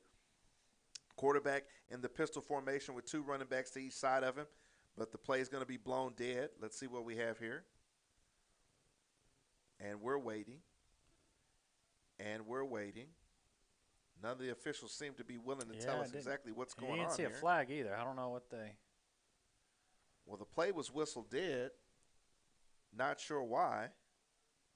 But nothing is changing here. It's still first down, Ponca City Wildcats from their 27-yard line. Pistol formation, running backs on each side. Hornets have no deep safety. Here's an inside give, but Hornets are there immediately and basically run into the ball and take the ball carrier down. Looks like it's going to be a short gain on the play of about 1. And whatever the Hornets did or whatever the Hornets talked about at halftime, Kirk, we're definitely seeing a lot more effort along the defensive front for the Hornets. Yeah, absolutely, and that's what you expect to see. But, yeah, the effort is there. Again, we talked about with the scheme that Ponca's running, it's not one that has typically given the Hornets fits this year, and so they're really running it right at us, which plays right into our strength. But, again, the intensity just wasn't there, which has allowed them to hang in this game. Much better in the second half. Here's the inside crossbutt give once again by the Wildcats. This is old school football as far as I'm concerned. This is really just crossbutt football, and now we've got another flag thrown after the play. Hornets make a tackle on a play of actually short to no gain. We're going to see exactly what the officials are saying here. We've got a dead ball foul that once again is going to go against the Hornets. Basically, the Hornets got into the backfield, took the running back down. Not sure from this view exactly what the Hornets did, but this dead ball foul is once again going to give the Ponca City Wildcats a first down after a walk-off of 15 positive yards. Yeah, you hate to see that again. One of the few things that's held them back, and really the only thing that gives us trouble is ourselves sometimes. And again, another big penalty, and you had them again in third and long. You're going to go about 3rd and 9 there, and instead you give them a first down. And now you got them there. Good field position? They're on 42. Starting to creep up on midfield and look at getting into your territory. So you got to buckle down now. You got to play smart and try to get the momentum back. Hornets fans, the Wildcats have changed. The quarterback number 4 is now in the game. He basically hands off for an inside give over the left side, going to yield positive yardage for the Wildcats. Gets them about 6 to 7 yards. Going to bring up 2nd and 3. Once again, number 4, quarterback for Ponca City, taking the call from the sideline, coming back in the game. This is, I would say, the passing quarterback for the Wildcats. Number 3, Grant Harmon, is the running quarterback for the Wildcats. So it's interesting to see the personnel for the Wildcats. Jordan Drew matched up one-on-one to the near side of the field. Quarterback gets the snap. Once again, it's an inside give to number 5, but he's going to be hit hard and basically stopped. With the yardage that we're seeing from here, it's going to be close to the yardage needed to gain. Well, I'll tell you what, he's little, but he is a tough son of a gun. He's running really, really hard tonight. You got to credit that kid. He's done a great job. That's number 5, running back Cameron Jackson, with the yardage on the play, good enough for a Wildcat first down. He is running hard, and the thing about it, Kirk, you have to really – I mean, in a scheme like this, when you're pulling linemen and those linemen are getting downhill, that first block by the pulling lineman is a smash block. We got another penalty here. Unsportsmanlike conduct. Not sure what we got going on, but something going on in the Hornet huddle there that referees didn't like. And, again, wasn't paying attention there to see exactly what happened, but obviously we got some issues. The referees are going to talk it over with Coach Brown. But, again, you've given them 30 yards on this drive on 2 different post-play penalties. Yeah, it looks like the Hornet involved was number 58, Amandre Tiger. I have no idea exactly what he did. I saw several Hornet defenders around him, and now Hornet coach Jonathan Brown is going to call a timeout. That's our second timeout that we've already called here in the second half, Kirk. Normally, coaches like to have those in their back pocket, but Coach Jonathan Brown is now on the hash mark with the entire defensive unit, along with some other players that are now coming out there. It's really a focus timeout, Kirk. It's really now everybody needs to check in, lock in, focus on what we're doing.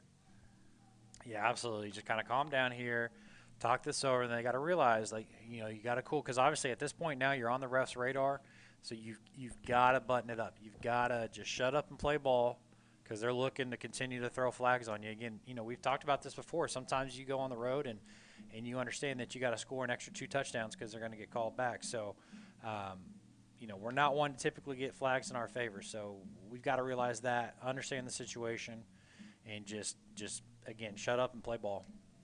Well, the entire Hornet defense is huddled up on the hash mark, whereas the entire Hornet offense is huddled up on the sideline around some other coaches.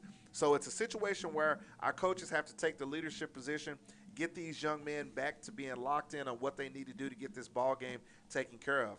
But the Wildcats have first down in Hornet territory. Here's an inside give, but immediately wrapped up by number 21, Ethan Grogan, and taken down.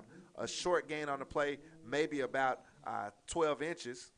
Yeah, great job by Ethan there again. Like usual tonight, again, there to make the play, does a great job.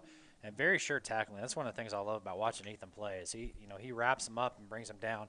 He's not trying to hit you with the shoulder or whatever. He wraps up. He does a great job. And again, when we talk about it, obviously because he's just a couple offices down, but Coach Jeremy Neathon and the linebackers has just done such a great job.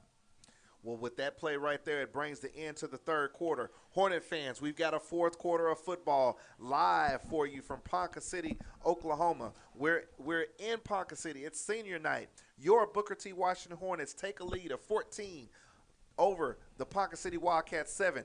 I've been thrown off all night, and basically I'm not on my game because the Hornets have been kind of, stopping, spitting, and sputtering all night, Kirk. I mean, I guess I got roped in by how crisp we looked homecoming and last week. I mean, we came out and we were, putting foot to what, and our team was progressing. But tonight we've taken some step backs in some areas. Yeah, and it's frustrating here because, again, the defense has played much, much better in the second half. But, again, on this drive you've given 30 yards to them on the whole drive has been two penalties. Yeah, exactly. So you got to buckle down here. You had the timeout to kind of calm things down. You just had the quarter as well. So it's time to focus in again. You got second and long. You got them where you want them. No gain on first down. Okay, so, again, you're going to be in 4-down territory, so we got to understand that. But, we've seen them play well with their backs against the wall, and they're going to need to do it here as well. Shuffle motion. Here's an inside fake. Quarterback number 4 has it. This time he's going to throw. It's got a man open. Going to be good enough for a first down. Wildcats, that was interesting, Kirk, because that's one of those, tight end linemen, guys that have lined up for Ponca City all night and basically have pulled and blocked. Yep. He sold it because although we had a linebacker back there, I don't think anybody knew where he was. Luckily, he caught it and had to fall down. Yeah, again, luckily it wasn't a great throw because, he essentially had to fall down to make the catch. So, again, caught a little bit of a break there. Good play, good call by Ponca City there. And, again, now they've got not quite first and goal. I guess, we're on, the 16-yard line. Again, backs against the wall. We've seen the defense rise up in these occasions, so we're going to need to see them do it again here. Ponca City, pistol formation, running back to the left. They give it to him. He's inside the middle of the field. Good cut back block into the middle of the field. Once again, that's number 5. I thought so. I'm sorry. Surprised myself. Cameron Jackson. He's a spark plug of a running back. He's 5'6" and 160 pounds. But as you said, Kirk, he runs hard. Picks up 5 yards on the play. Ponca City threatening. Going to be second down. The ball is spotted at the 12-yard line. We just started the fourth quarter. The Hornets are trying to protect the 7-point lead. Yeah, we'll see what they can come up with here. Again, 2nd and 5, so Ponca's doing what they need to do, getting positive yardage on first down. Got one of our tackles out. The helmet came off, so he had to come off the field. We've got a flag on the play. It was once again an inside give, the kind of cutback veer give that Ponca City has been running all night. No gain on the play, but there's a flag down. Yeah, I think we should have a hold on Ponca City there. Yep, there we go, okay. Good call, Kirk. Hold on Ponca City. This should move them back 10 yards and put them behind the sticks. They do have their throwing quarterback, number 4, Nate Harbison, in the ball game. Definitely got to be on the lookout for the primary target, number 16, Sam McKinney. We've seen some interesting things all night long from Ponca City. Check out their alignment on the offensive front. They basically line up a center, 2 guards, and then a tackle on both sides of the center. So Ponca City has been able to sneak some things past us on several occasions, Kirk. It hasn't netted them a lot of points, but it's just it makes us be wary about what's going on. Exactly. Yeah, you got to stay disciplined. Here's an inside give. Tries to spin out of a tackle, but he's slowed up. Big number 56, Amadre Tiger and Jaden Brown right there. Number 5 was basically trying to get into that line of scrimmage and possibly break it, but he's only able to get a few yards on the play. It brings up a 3rd down and 15 from the 23-yard line for the Ponca City Wildcats. They're down by 7. We're in the last quarter of play. Number 4, quarterback Nate Harbison, the senior, gets the play call from the sideline. He's going to break the huddle. Let's check the formation. Yes, it's the standard formation. 1 running back, 2 wide receivers here to the near side. Moves a running back to the pistol formation on the left. Has a snap. He's going to look to throw. Rolling out to his right. Lots of pressure. There you go. He's going to throw it. But oh, no way. He's going to throw it, but it's going to be taken down. The pass was incomplete. We're trying to figure out exactly what this flag is right here. That's ridiculous. He was pushing him as he was throwing the ball. And we're waiting what the call is, Hornet fans. It's on the Ponca City. Oh. It's on the Ponca City Wildcats Great side call. of the field. Great call. It's going to be intentional grounding by the Wildcats. So there was a heavy rush on the play. The Ponca City quarterback, number 4, Nate Harbison, was about to be sacked, and he basically throws the ball. The defender, I believe it was Demetrius Prudom for the Hornets, basically chased him out of the pocket and pushed him down. Going to be intentional grounding, so this is going to back the Wildcats up and even further. I think we're going to see the first punt of the night for the Wildcats. Yeah, great job by the defense there. Again, gave up, had a couple penalties of their own. Obviously, we talked about that. They get a holding call to kind of disrupt the drive for the Wildcats, and then again intentional grounding on a play that, again, at best case you were thrown out of bounds and maybe you were going to go for it on 4th and 20 anyway. So now you're looking about a 4th and 30 or so. So again, Jaden King back. So key here, obviously, no stupid penalties. Field the punt clean and get your offense on the field. Wildcats are having a difficult time running their men on the field for punt formation, and they're going to have to burn the timeout. And I'm glad to see that, Kirk, due to the simple fact that we've had to burn 2 timeouts here in the second half. So Ponca City has burned a timeout. They're going to have 2. Hornets are going to have 1. Time, 9 minutes, 21 seconds left in the 4th quarter. The Wildcats were driving, but then they were hurt by some penalties that pushed them back. The final penalty being an intentional grounding that we were a little worried was going to be something else. However, the Wildcats are going to have to set up and punt here. And, old man momentum, Kurt, he comes and he goes. Yes, he does. Yes, he does. And the Hornets do a good job again. Frustrating drive there. Had to take the timeout to calm the team down after a couple unsportsmanlike conduct penalties. They're able to get out of the drive. Presumably, obviously, 4th down here, we've seen fake punts before. Based on where you're at, though, you're going to stay in your base defense, safe punt. You got Jaden King back for a potential return. We did see him take one back last week, so obviously we know he can do it, so he's got a lot of room to work with. Most important thing here is fielding the punt. Most important thing is to field the punt. The snap is back. The kick is up. High punt. Looks like it's going to have some backspin on it. Oh. But no, it goes out of bounds. Excellent for the Hornets. Of any time to kick a punt out of bounds, that was not it. The Hornets don't have to worry about anything bad happening. The Hornets are going to take over on downs and have the ball actually in good field position. I don't know that he got that very, very far past the line of scrimmage, honestly. So, yeah, unfortunate for him. Fortunate for the Hornets, though. So we'll take it in. And, yeah, just like you said, for a punter, you really just want to, put that in play, make the return man field that punt. Coffin corner. Yeah, exactly. And make him field and look for a mistake. But, nothing there. And so let's see if the offense can get something going. Hornets are going to throw. Here's a deep ball. This one's on the line. Jordan Drew down there. And there's the flag. There's the flag. Number 11, Jordan Drew. Unbelievable rangy speed. I can't say it enough. There are times that we've seen this season where we couldn't believe that Jordan Drew got it, but on that one right there, and really and truly, Kirk, I don't want to hear anything about uncatchable because Jordan Drew turned on the Jets. The ball was going to be overthrown, but he showed enough speed to make the Ponca City Wildcat defender grab him by the neck. It's going to be a pass interference. The coach for Ponca City, head coach Scott Harmon, he's arguing, but the officials are already marking it off.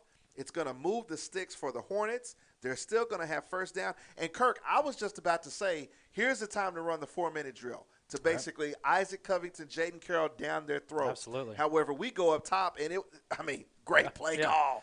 No, definitely. And, Coach Harmon's upset. Definitely wanted to argue that wasn't catchable. But, hey, we're not going to feel too sorry for him for, pass interference call that they feel may not have been fair because we had our share in the first half. So now we hand it off to Jaden Carroll. Ball into the middle of the field over the left side. Jaden Carroll gets positive yardage. That's Jaden Carroll following. Number 58, Josh Baskins. Elias Sherman, number 62. Senior center Elijah Whitaker over that left side. I'll go ahead and mention all of them. On the right side, Ethan Howard, number 66, and big number 51, Austin Ramsey, the junior. This offensive line, Isaac Covington into the backfield now along with Jaden Carroll. Pistol formation, split backs. There we go. Got him. There he goes. Second one of the game. Great timing as well. Great timing as well. Again, you're in a close game. You got a second bite. That's a great time to pick that up. I think the official on that one, I think he short walked that one, Kirk, because we got 5 yards on the. Okay, so now they're going to go ahead and nope, they're not moving the sticks. Nope. We got 5. Now they're moving the sticks finally. Yeah, we ran for 5 yards on first down, and we got a penalty for 5 on second down. First down, Hornets. Hornets on the move. I finally got it out. Pistol formation, split backs. Here's a handoff to Isaac Covington, number 32, trying to get to the wide side. Stiff arm. He breaks the tackle. He's going to have positive yardage. Finally got to the corner. That's a nice run over there by number 32, Isaac Covington, Kirk. Yeah, and first time we've seen him tonight. Would have liked to see him earlier in the game. Really like the way he runs. Byron, you and I talked about it towards the end of the game last week, maybe after already off the air, but he looks a lot like Felix Jones in the way he runs. Upright, quick feet, can move sideways while still moving forward. Something that Felix did really well, and like I said, I just really like the way he runs the ball. So Lathan Boone, this time on the pitch to the left. Isaac Covington ducks a tackler, gets positive yardage, back to the line of scrimmage, or may have even gotten a yard. It's going to bring up third down and short. Nice run by Isaac Covington to duck under the first defender and to get positive yardage. Yeah, that's a little bit that Barry Sanders Detroit Lions just living, just trying to survive and get out of the backfield and back to the line of scrimmage there. So, no, it does a great job there, literally ducking the tackler and getting back and, again, maybe picking up a yard. Jumbo package to Jaden Carroll, but it looks like we're going to have went a little early, I think. A legal procedure penalty could actually be on Jaden Carroll. Looks like he was moving a little bit before the snap of the ball. It was third down and 2 from the Ponca City Wildcat 38-yard line. 7 minutes, 39 seconds left in the ball game. And we're waiting to see exactly what the call is. And we're still waiting, but I don't think we have any call. Yeah, they haven't moved the ball back. They basically just stopped the play. So we're still in jumbo. Jalen T, we've got the jumbo package shift right. Direct snap to Carroll, who cuts it back over the right-hand side. He's going to have positive yardage. It's going to be first down, Hornets. Hornets are on the move. Yeah, great job there by Jaden. Great job there knowing where the first down sticks are, knowing that it's third down. You don't need to break a touchdown. You need to go get the first down and keep this drive moving, keep that clock going. So that's Jaden Carroll, who came into this game with 85 rushes on the season for 445 yards, 6 touchdowns, only fumbled it 1 time. Haven't been using him too much out of the backfield as a receiver, but he does have 5 receptions for 37 yards on the season.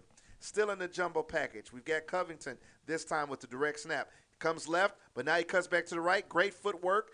going to get positive yardage, gets behind that right side. Austin Ramsey, the junior, number 51, he's pancaking or basically just sachet dancing his blocking assignment down the field 10 yards into the Wildcat territory. 5 yards on the play, 2nd and 5 for the Hornets. I love the footwork of Covington, Kirk. No, yeah, you're preaching to the choir on that one. Absolutely. Really excited to watch him over the next three more years after this. No, his footwork is just phenomenal, and that's just one of those things that's really hard to teach. It's a natural gift, and he's got it. Lathan Boone with the inside give once again to Isaac Covington, who basically made something out of nothing. And there was positive penetration by the Wildcats, but Isaac Covington breaks the line of scrimmage, cuts back to his right, going to make it a 3rd down and short. Hornets are on the far hash mark. 2 wide receivers here to the near side. We've got pistol formation with two running backs to each side of Boone. Now the cornerback backs off of Teague a little bit up top, but it's still single coverage and no safety. We haven't seen Boone go to Teague yet tonight. Check with me. Boone gets it. Here's the inside give to Jaden Carroll. Got it. Looks like he's going to have positive yardage, that he's going to be able to rush for enough yards to be good enough for a Hornet first down, but we're waiting for the sticks to move, looking for the spot. I may have said it prematurely. I say he may not have got a very favorable spot there. I believe it, then I'll see it. The ball is spotted at the Ponca City 25-yard line, so now there's going to be a dead ball. Looks like they're going to bring the chain gang, and we're waiting. Head coach for Ponca City, Scott Harmon, is once again still not happy, but tough. Chain gang coming out to take a measurement. The carry was to Jaden Carroll into the middle of the field. They're going to pull the sticks to see exactly what we have. Trying to look through people's legs down there. And it's basically going to be about 6 inches. So we've still got 3rd down. Are we bringing jumbo package? Looks like we are. Jaden Carroll comes out. Isaac Covington is in. Jalen Teague, the wide receiver. It's going to be 4th down and short. Big play. 5 minutes, 48 seconds left in the ball game. As my friend Kirk Jones said, big play.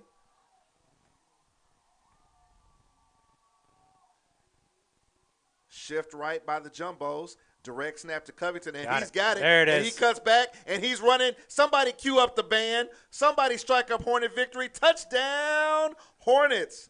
Number 32, Isaac Covington in the jumbo package runs over right in following Ethan Howard, Austin Ramsey, Elijah Whitaker, number 58, Amandre Tiger, and number 56, Jaden Brown. Touchdown, Hornets. Great job there. Yeah, bring the jumbo package, shift him to the right and run right behind him. And again, Isaac just quick feet, gets through the hole, and he's gone. I got to give a lot of credit to the offensive coordinator for the Hornets. Snap is back, kick is down. Jackson Marsh makes it good. 5 minutes, 37 seconds left in the ball game. Your Hornets take a 21-7 lead over the Ponca City Wildcats. I have to give our offensive coordinator a lot of credit, Kirk. I mean, we've seen a progression of a lot of things through this season. It was, 3 games ago now that we first saw the jumbo package. Yes, we've been talking about when they were going to throw out of it, but now they're doing some shifts out of it. And it's just fun to watch disciplined football doing what we want to do. And this time it nets a long run for a touchdown. Yeah, it is. And you mentioned it being fun. It's fun to watch. It's fun to play. I mean, you know those guys get excited when they bring in that package. You get defensive linemen getting a chance to come into the game and play some offense. Obviously, they're going to be talking to the coaches about trying to get a pass thrown their way here eventually. But, no, great job there. And Isaac Covington can't say enough. Wish we'd have seen him earlier in this game, but, he's made a real impact on this drive. Obviously, capping it off with the touchdown run. He's going to be so exciting to watch here.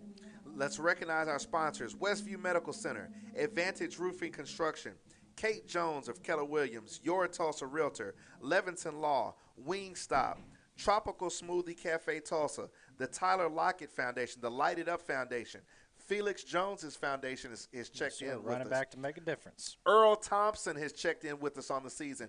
These are your sponsors, Hornet fans, that have made Hornet TV possible. Jackson Marsh steps up into it. This time he's going to squib it in the middle of the field, and the ball is going to be received and downed immediately at the 30-yard line for the Ponca City Wildcats. Now we've got to salt this one away, Kirk. Yeah. If you're the defense, you got a chance to put this one away. Get a stop, either make them punt here or go for it on fourth down. But now's a chance for the defense to put this away, and you can see it on the field. You can see a little bit different swagger coming out on this drive. These guys are ready to play and pounce. So the Booker T. Washington defense that got victimized the last drive by Ponca City on two 15-yard unsportsmanlike conduct penalties. We know they're jacked up, but this is a situation where the defense needs to lock in, focus, and do what they need to do. Here's the shift formation by Ponca City that they ran a lot in the first half. Pistol formation, number 3 hands it off to number 5, and immediately in the backfield is number 56, Jaden Brown. Came into this game, was asked right now. Yeah, great play by him. He's in the backfield almost immediately after the handoff takes place and just does a great job getting in there. Good job by the Hornets there, staying home. Again, and when you get somebody that gets through the backfield that quick, not too much, not staying home too long. So good job there because, again, we're starting to see that wing tee, formation to start there. And, again, lining up 5 guys side by side, and then taking their positions. But now staying disciplined. And, again, obviously you get a play like that, put them behind the sticks. Good way to start the drive. Boomerang motion for the Ponca City Wildcats. Quarterback takes a snap. He's looking to throw it out to his right. Pass is intended for number 16, Sam McKinney, but it's going to sail over his head and out of his reach. Sam McKinney is a strapping 5'4", 140 pounds. He's not able to reach out and touch someone and pull that one in, so it's going to be 3rd down and long for the Wildcats, 3rd down and 14 actually. They're going into the defense. Absolutely. You're up by 2 scores. Yes, everybody was jacked up with those personal foul penalties, but now they're locking in. Yeah, and Isaac's going to sit deep as the lone deep safety. Here's an inside gear for the Wildcats over the right side. Going to be taken down. Positive yardage on the play, but taken down. Brings up 4th down for the Wildcats. Bring the punting team in. Interesting call there, bringing the punting team in. You're down 2 scores. In my opinion, I think you got to go for it here, particularly after you didn't see a great punt out of your punter on the last drive. But this one may just be looking to get this one over with, because if you want any chance at this game, you got to go for it here. Snap is back. Punts up. Good punt Here's this time. Here's a deep punt. Jaden King is not going to field it. Ball's going to come close to the sideline. Down by number 9, Devin Simmerscheid. So the Hornets are going to scrimmage from their 32-yard line. Got to give a lot of credit to that Hornet offensive line. Number 51, Austin Ramsey. Number 66, Ethan Howard. Number 55, Elijah Whitaker. Number 62, Sherman Elias. And number 58, Josh Baskin.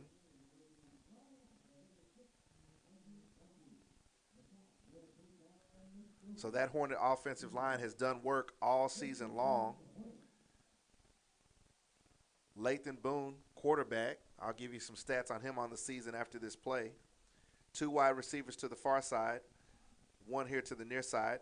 Here's a give to the left side to Jaden Carroll. Stiff arms a man. Short steps, but he's behind the secondary, and he's down the sideline. Somebody crank up the band. Jaden Carroll on a long one. Touchdown, Hornets. His longest run of the season. Touchdown for Jaden Carroll. Somebody call up the fat lady because she needs to sing. Touchdown, Hornets. 3 minutes and 45 seconds left in the game. Kirk, we finally seen Jaden Carroll get loose. Yeah, absolutely. So, Isaac Covington goes for 30 there on the last drive, and I think Jaden Carroll says, I'll see you 30 and raise you 60. So, great job there. Like I said, and again, we talked about that earlier in the game. You get the multiple running backs in and keep them all fresh. They're so much more dangerous, when they're shuffling in. The first half, we really just saw Jaden and DJ. Good to see Isaac get in that mix as well, and like I say, just keep everybody fresh. And now it's funny. I got a buddy watching the game. He's a Ponca grad. He texts me and says, BTW rolling.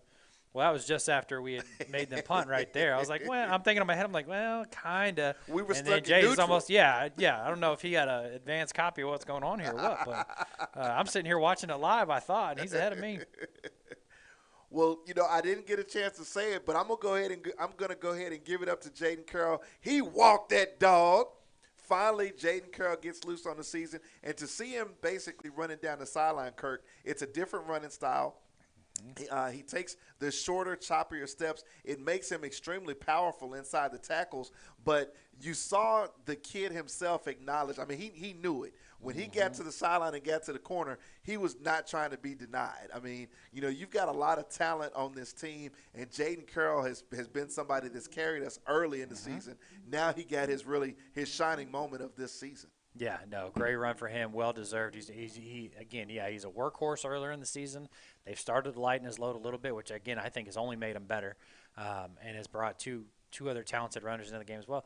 Keep in mind we have Ethan Washington, who's been out with an injury for the last 4 weeks. Foot injury. Yeah, foot injury for the last 3-4 weeks, and so down one of your one of your top guys, and like I say, they just kept on rolling, and traditionally, obviously, no shortage of running backs at Booker T, and that's proven to be more than true this year. Here's a short kick by Jackson Marsh, basically making Ponca City have to do something with it. Just a little season stats.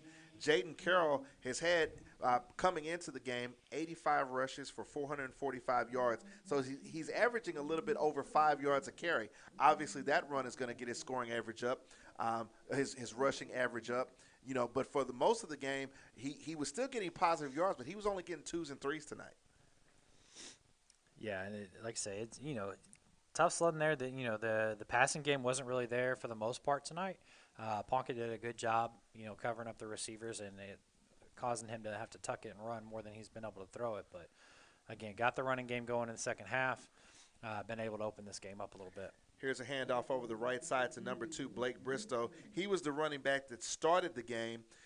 During the first quarter, Blake Bristow got a lot of carries, but eventually Ponca basically handed the rushing duties over to number 5, Cameron Jackson, who has most of the carries on the night and really carried the rushing load. Unfortunately, it didn't net points, and it was keeping the game close, but it didn't net points. So short gain on the play. Brings up 2nd down and 8, Wildcats. Inside give to that aforementioned number 5. Cuts it back in the middle of the field. Hornets have a lot of hands on it and finally bring him down. He runs hard, Kirk.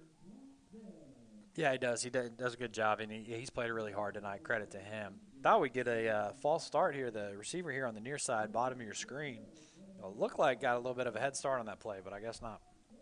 The result of that play is 1st down, Wildcats. Clock running. 2 minutes, 50 seconds left in the ball game. Ponca City Wildcats are down 28-7 to your Booker T. Washington Hornets. Here's another inside give. Running back tries to get outside to the right. He's hit hard and brought down. Good job by Jaden King coming up to make a play. Get some positive yards over the right side, approximately 2. You can see why Ponca wants to run. You get a good look at their offensive line here. I mean, they've got some size up front. And they've had some success, but again, once you get ahead of them like we have and make them play from behind, it gets them out of what they want to do, which is run the ball, bleed the clock, again, and long, sustained drives for touchdowns. And again, shorter than one drive, we've been able to keep them out of the end zone thus far and allow our offense, which has been struggling most of the game, to get something going in the second half. Here's another positive run by number 5, Cameron Jackson, but at this point, the clock is not the friend of the Ponca City Wildcats. Hornet defense has gotten lax just a little bit. They know exactly what the situation is. If Ponca City is going to keep trying to run it, as long as you don't give up the big play, these are just stat stuffers right now, kind of like the Dallas Cowboys. Yeah, no doubt. And the Hornets now, at this point now, you got to be smart. You're starting to see a little more jawing after the play. We've already had some unsportsmanlike conduct penalties. It's time to go ahead and just, again, you got a few plays left here. Don't do anything stupid. Don't do anything that's going to get you kicked out or suspended for, part or all of the next game. Again, as we talked about, whether or not we're going to play Muskogee next week is up in the air. So if that's not the case, your next game is Bixby. So you don't need anybody getting suspended or having to sit any time against Bixby. So just play smart here for the last minute of the game, minute and a half. Like I say, you've got this one sewn up. Obviously, I'm not saying you don't want to give up. You want to keep that 7 on the scoreboard. Don't let them get to 14. But the key here is just stay out of trouble, play to the whistle, and that's it. Let's get out of here, get that Chick-fil-A, and get on the bus and go home. The result of the previous play is a first down. Wildcats. Oh, Here's there the we quarterback go. number 4 who comes into the game. That's Nate Harbison. He drops back. He was looking left, but it was all covered up over there, and he has to take a sack. Doesn't have to take a sack. He takes a sack. Number 56, Jaden Brown. Yeah, he didn't have any 58, choice on that one. Amandre Tiger. Nobody was open. But Not that's that Madre was on him quick on that one. Didn't Love even- to see that. Like I said, the D-tackles, they played great all year. You know, you love seeing them get those individual plays here and there because as a team and as a duo, they've been fantastic all year long. Countless plays that we watch running backs just run into the line and just get stood up. So love to see when they get their one-on-one moments like that. Huge loss on the play. It's going to be second and 23. Here's an inside give to number 5, and he's wrapped. The ball is loose. Ball scooped up. Number 20, he's got it. He's down the sideline. There's nobody there. Somebody strike up the Hornet victory. Touchdown, Hornets. Number 20, Jonathan Ingram with the scoop and score. We have a penalty flag after the play, but the ball was handed off to number 5, Cameron Jackson. He fumbled it. The Hornets were able to pick it up, scoop and score down the sideline. We're trying to get a true understanding of exactly what's going on with the flag. Number 58, Amadre Tiger is number 56, Jaden Brown is politicking for the Hornets. Looks like it's going to be a dead ball foul. Both ways. No, we've got offsetting penalties. So after the scoop and score, it was a little bit of the rough stuff between both teams. You know, Jaden Brown was more than likely pointing scoreboard while the Ponca City Wildcats were upset about it. And, you know, if you look at the scoreboard, it pretty much tells the story, fellas. So Jackson Marsh is coming on to the field with 12.2 seconds left. Jackson Marsh is going to set up for another PAT. Gotta love it, Kirk. Yeah, absolutely. It's a good thing this is high school ball. There's no gambling because that one might have been been a bad beat to cover the spread if we'd had it. So, there'd been some upset people in Vegas on that one. But, no, great to see, again, the defense really stepping up in the second half. They score 14 points on their own in this half. So it's good to see them cap the night off with another positive play because they really did set the tone in the second half. Again, took the offense really into the fourth quarter to get things going. So great job to the defense. As usual, again, gave up their first touchdown in the last 3 games. But, again, you're basically looking at presuming these next 12 seconds, don't bring anything crazy. You're looking at 1 touchdown given up by the defense in the last 4 games.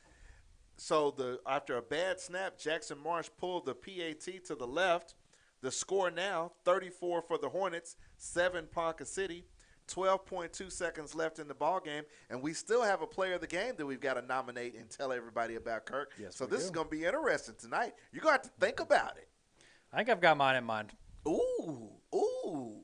First he's checking the scoring lines, and now he's got his player of the game in mind. Folks, you know, Kirk Jones is always there to surprise. Hornet fans, we apologize for the technical difficulties early, but our man, producer extraordinaire, Mr. Maverick, and of course he's telling the ghostwriter that the pattern is full, has been providing you the telecast for you tonight in HD. We appreciate everybody. We're still looking for an answer to the final score of the 1987 Booker T. Ponca City game held here in Ponca City. Still haven't found it. Kirk, check the feed. I'm looking. So Jack Shakur says he remembers it 35 years ago, but he didn't have a score for us. Oh, he's got to have a score. It was just 35 years ago. Yeah, he may be a Ponca guy. He says, so remember all that 35 years ago BS. That means we came up here and won is what that means, Kirk. That's what that tells me. Marsh is going to kick a low line drive kick, touched by Ponca City, but finally going to be fielded at about the 20, looking for a block. Number 5 has it. He's basically finally going to be brought down at the 25-yard line. 4 seconds left in the ball game. The Hornet defense is going to take the field for one last play. Ponca City taking their time on their side here. We really appreciate all of our sponsors that we've run down for you guys tonight. We'll do it one more time before the broadcast ends. But the Hornets have basically come to Ponca City and looks like they're going to be able to take a win back to Tulsa. Ponca City sets up one wide receiver to each side of the field, quarterback in the pistol formation. Behind him, number 5, Cameron Jackson. Here's a handoff to Jackson, who's looking for a block. Doesn't have much, and he's finally going to be taken down, and that will do it. The clock goes to 0. Your Booker T. Washington Hornets have come to Ponca City and gotten a win. Final score, Booker T. 34, Ponca City 7. The Hornets are victorious on senior night in Ponca City. Kirk, it took a while, but the final margin of victory is what we thought all along it should be.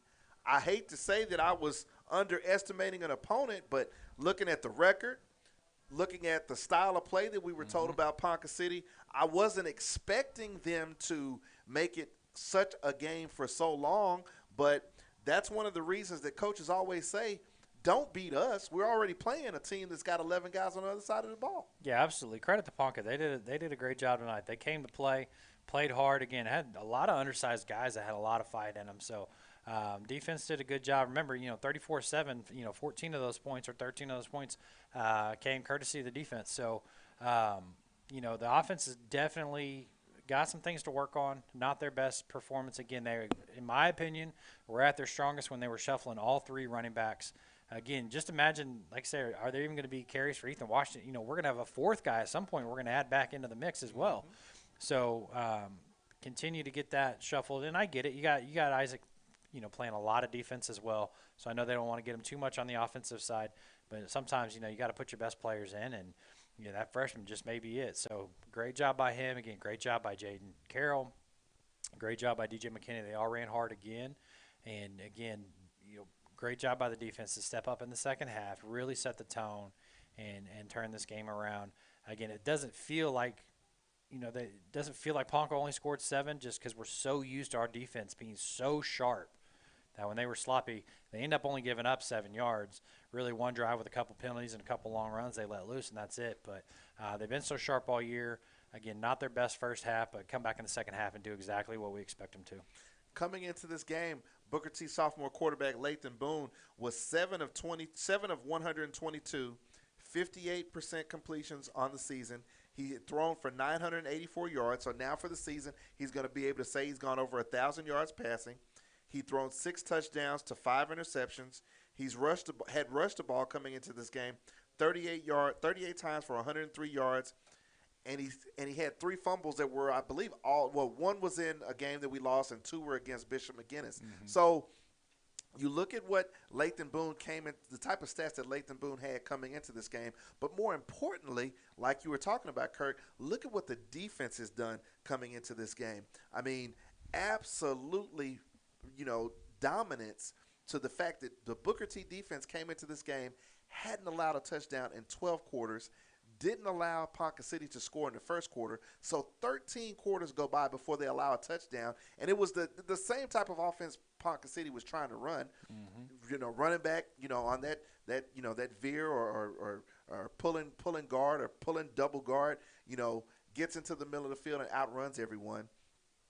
But the staple of this team has been defense. We've had stellar play by our offense, but you look at what our defense has done, and they stepped up once again tonight. Yeah, absolutely. They've been the steady all year. Really done a great job, and just another game tonight again. So yeah, you talk about 13 quarters without a touchdown. Now you finish up 16 quarters with only 1 touchdown in the last 4 games, and so they've really done a great job, and good to see them come out sharp in the second half. And again, got the running game going late on offense. Again, like to see that get going a little bit sooner. Not their best night, but again, did what they could. Lathan took care of the ball tonight, right? Absolutely. He's played smart all season. Yeah, didn't allow any, didn't beat ourselves with mistakes. We just couldn't really get anything going and really consistently move the change throughout the night. So, but again, defense kept us in it. Gets 2 scores of their own, including one by the guy I'm giving my player of the game to. All right. I got to say Ethan Grogan, number 21. He was all over the field, gets the pick 6, has the big run on the fake punt. Just a great job by him all night. Kirk, I was still sitting here dumbfounded. I was going to throw it back to you, but I'm going to second that motion. Ethan Grogan, number 21, the senior, linebacker extraordinaire. He plays a little running back if he needs to. You're right. You're right. Ethan, I forgot about the big fake punt in the first half. We get into the gadget plays, the fake punt. Oh my God, the pick six to start the second half. Yep. Yeah, you're right. Yes, Ethan Grogan, you are the player of the game tonight, because without those two plays, I believe we didn't get points on the drive after the fake punt. Right, but we did keep that drive going and make sure we didn't lose momentum. But the pick six is what changed the entire ball game in the second half. You are right 100%. Our player of the game is Ethan Grogan. Hornet fans, the season hasn't been what we thought it was going to be. We've had injuries. We've had a game that we didn't have and rescheduled because of COVID-19. Everything has been reshuffled because of COVID-19 between our practice procedures and things of that nature. But your Hornets are now 6-2 on the season. 2 games left in the regular season. I like the momentum. Coming up next week, we may or may not be playing Muskogee. We sit at, we're the 5th ranked team in 6A2. The playoffs are going to be wide open. As I started this particular, riff, we had a thought of what this team was going to be, Kirk. We talked about it game one, all the speed, all the ability of the playmakers. We're still that ball club. Yeah, this team can really accomplish a lot. When we play well and we don't beat ourselves, we're going to be a tough out for anybody. Again, you're looking at a couple losses on the year, really around turnovers in the McGinnis game, and then a couple late gaffes in the punt game against Choctaw makes a difference in that one. But no, when we're not committing turnovers, when we're not letting the offense extend drives because we're getting penalties on defense, or we're killing our own drives because we're getting penalties. When we're not doing those things, we're dangerous, and that's the main thing. Don't beat yourselves, and you're going to be a really tough out for anybody. Well, once again, and for the final time tonight, we would like to thank our sponsors: Westview Medical Center, Advantage Roofing Construction, Kate Jones of Keller Williams, Your Tulsa Realtor, Levinson Law, Wingstop, Tropical Smoothie Cafe of Tulsa, the Tyler Lockett Light It Up Foundation, the Felix Jones Foundation, Earl Thompson. Who else we got, Kurt?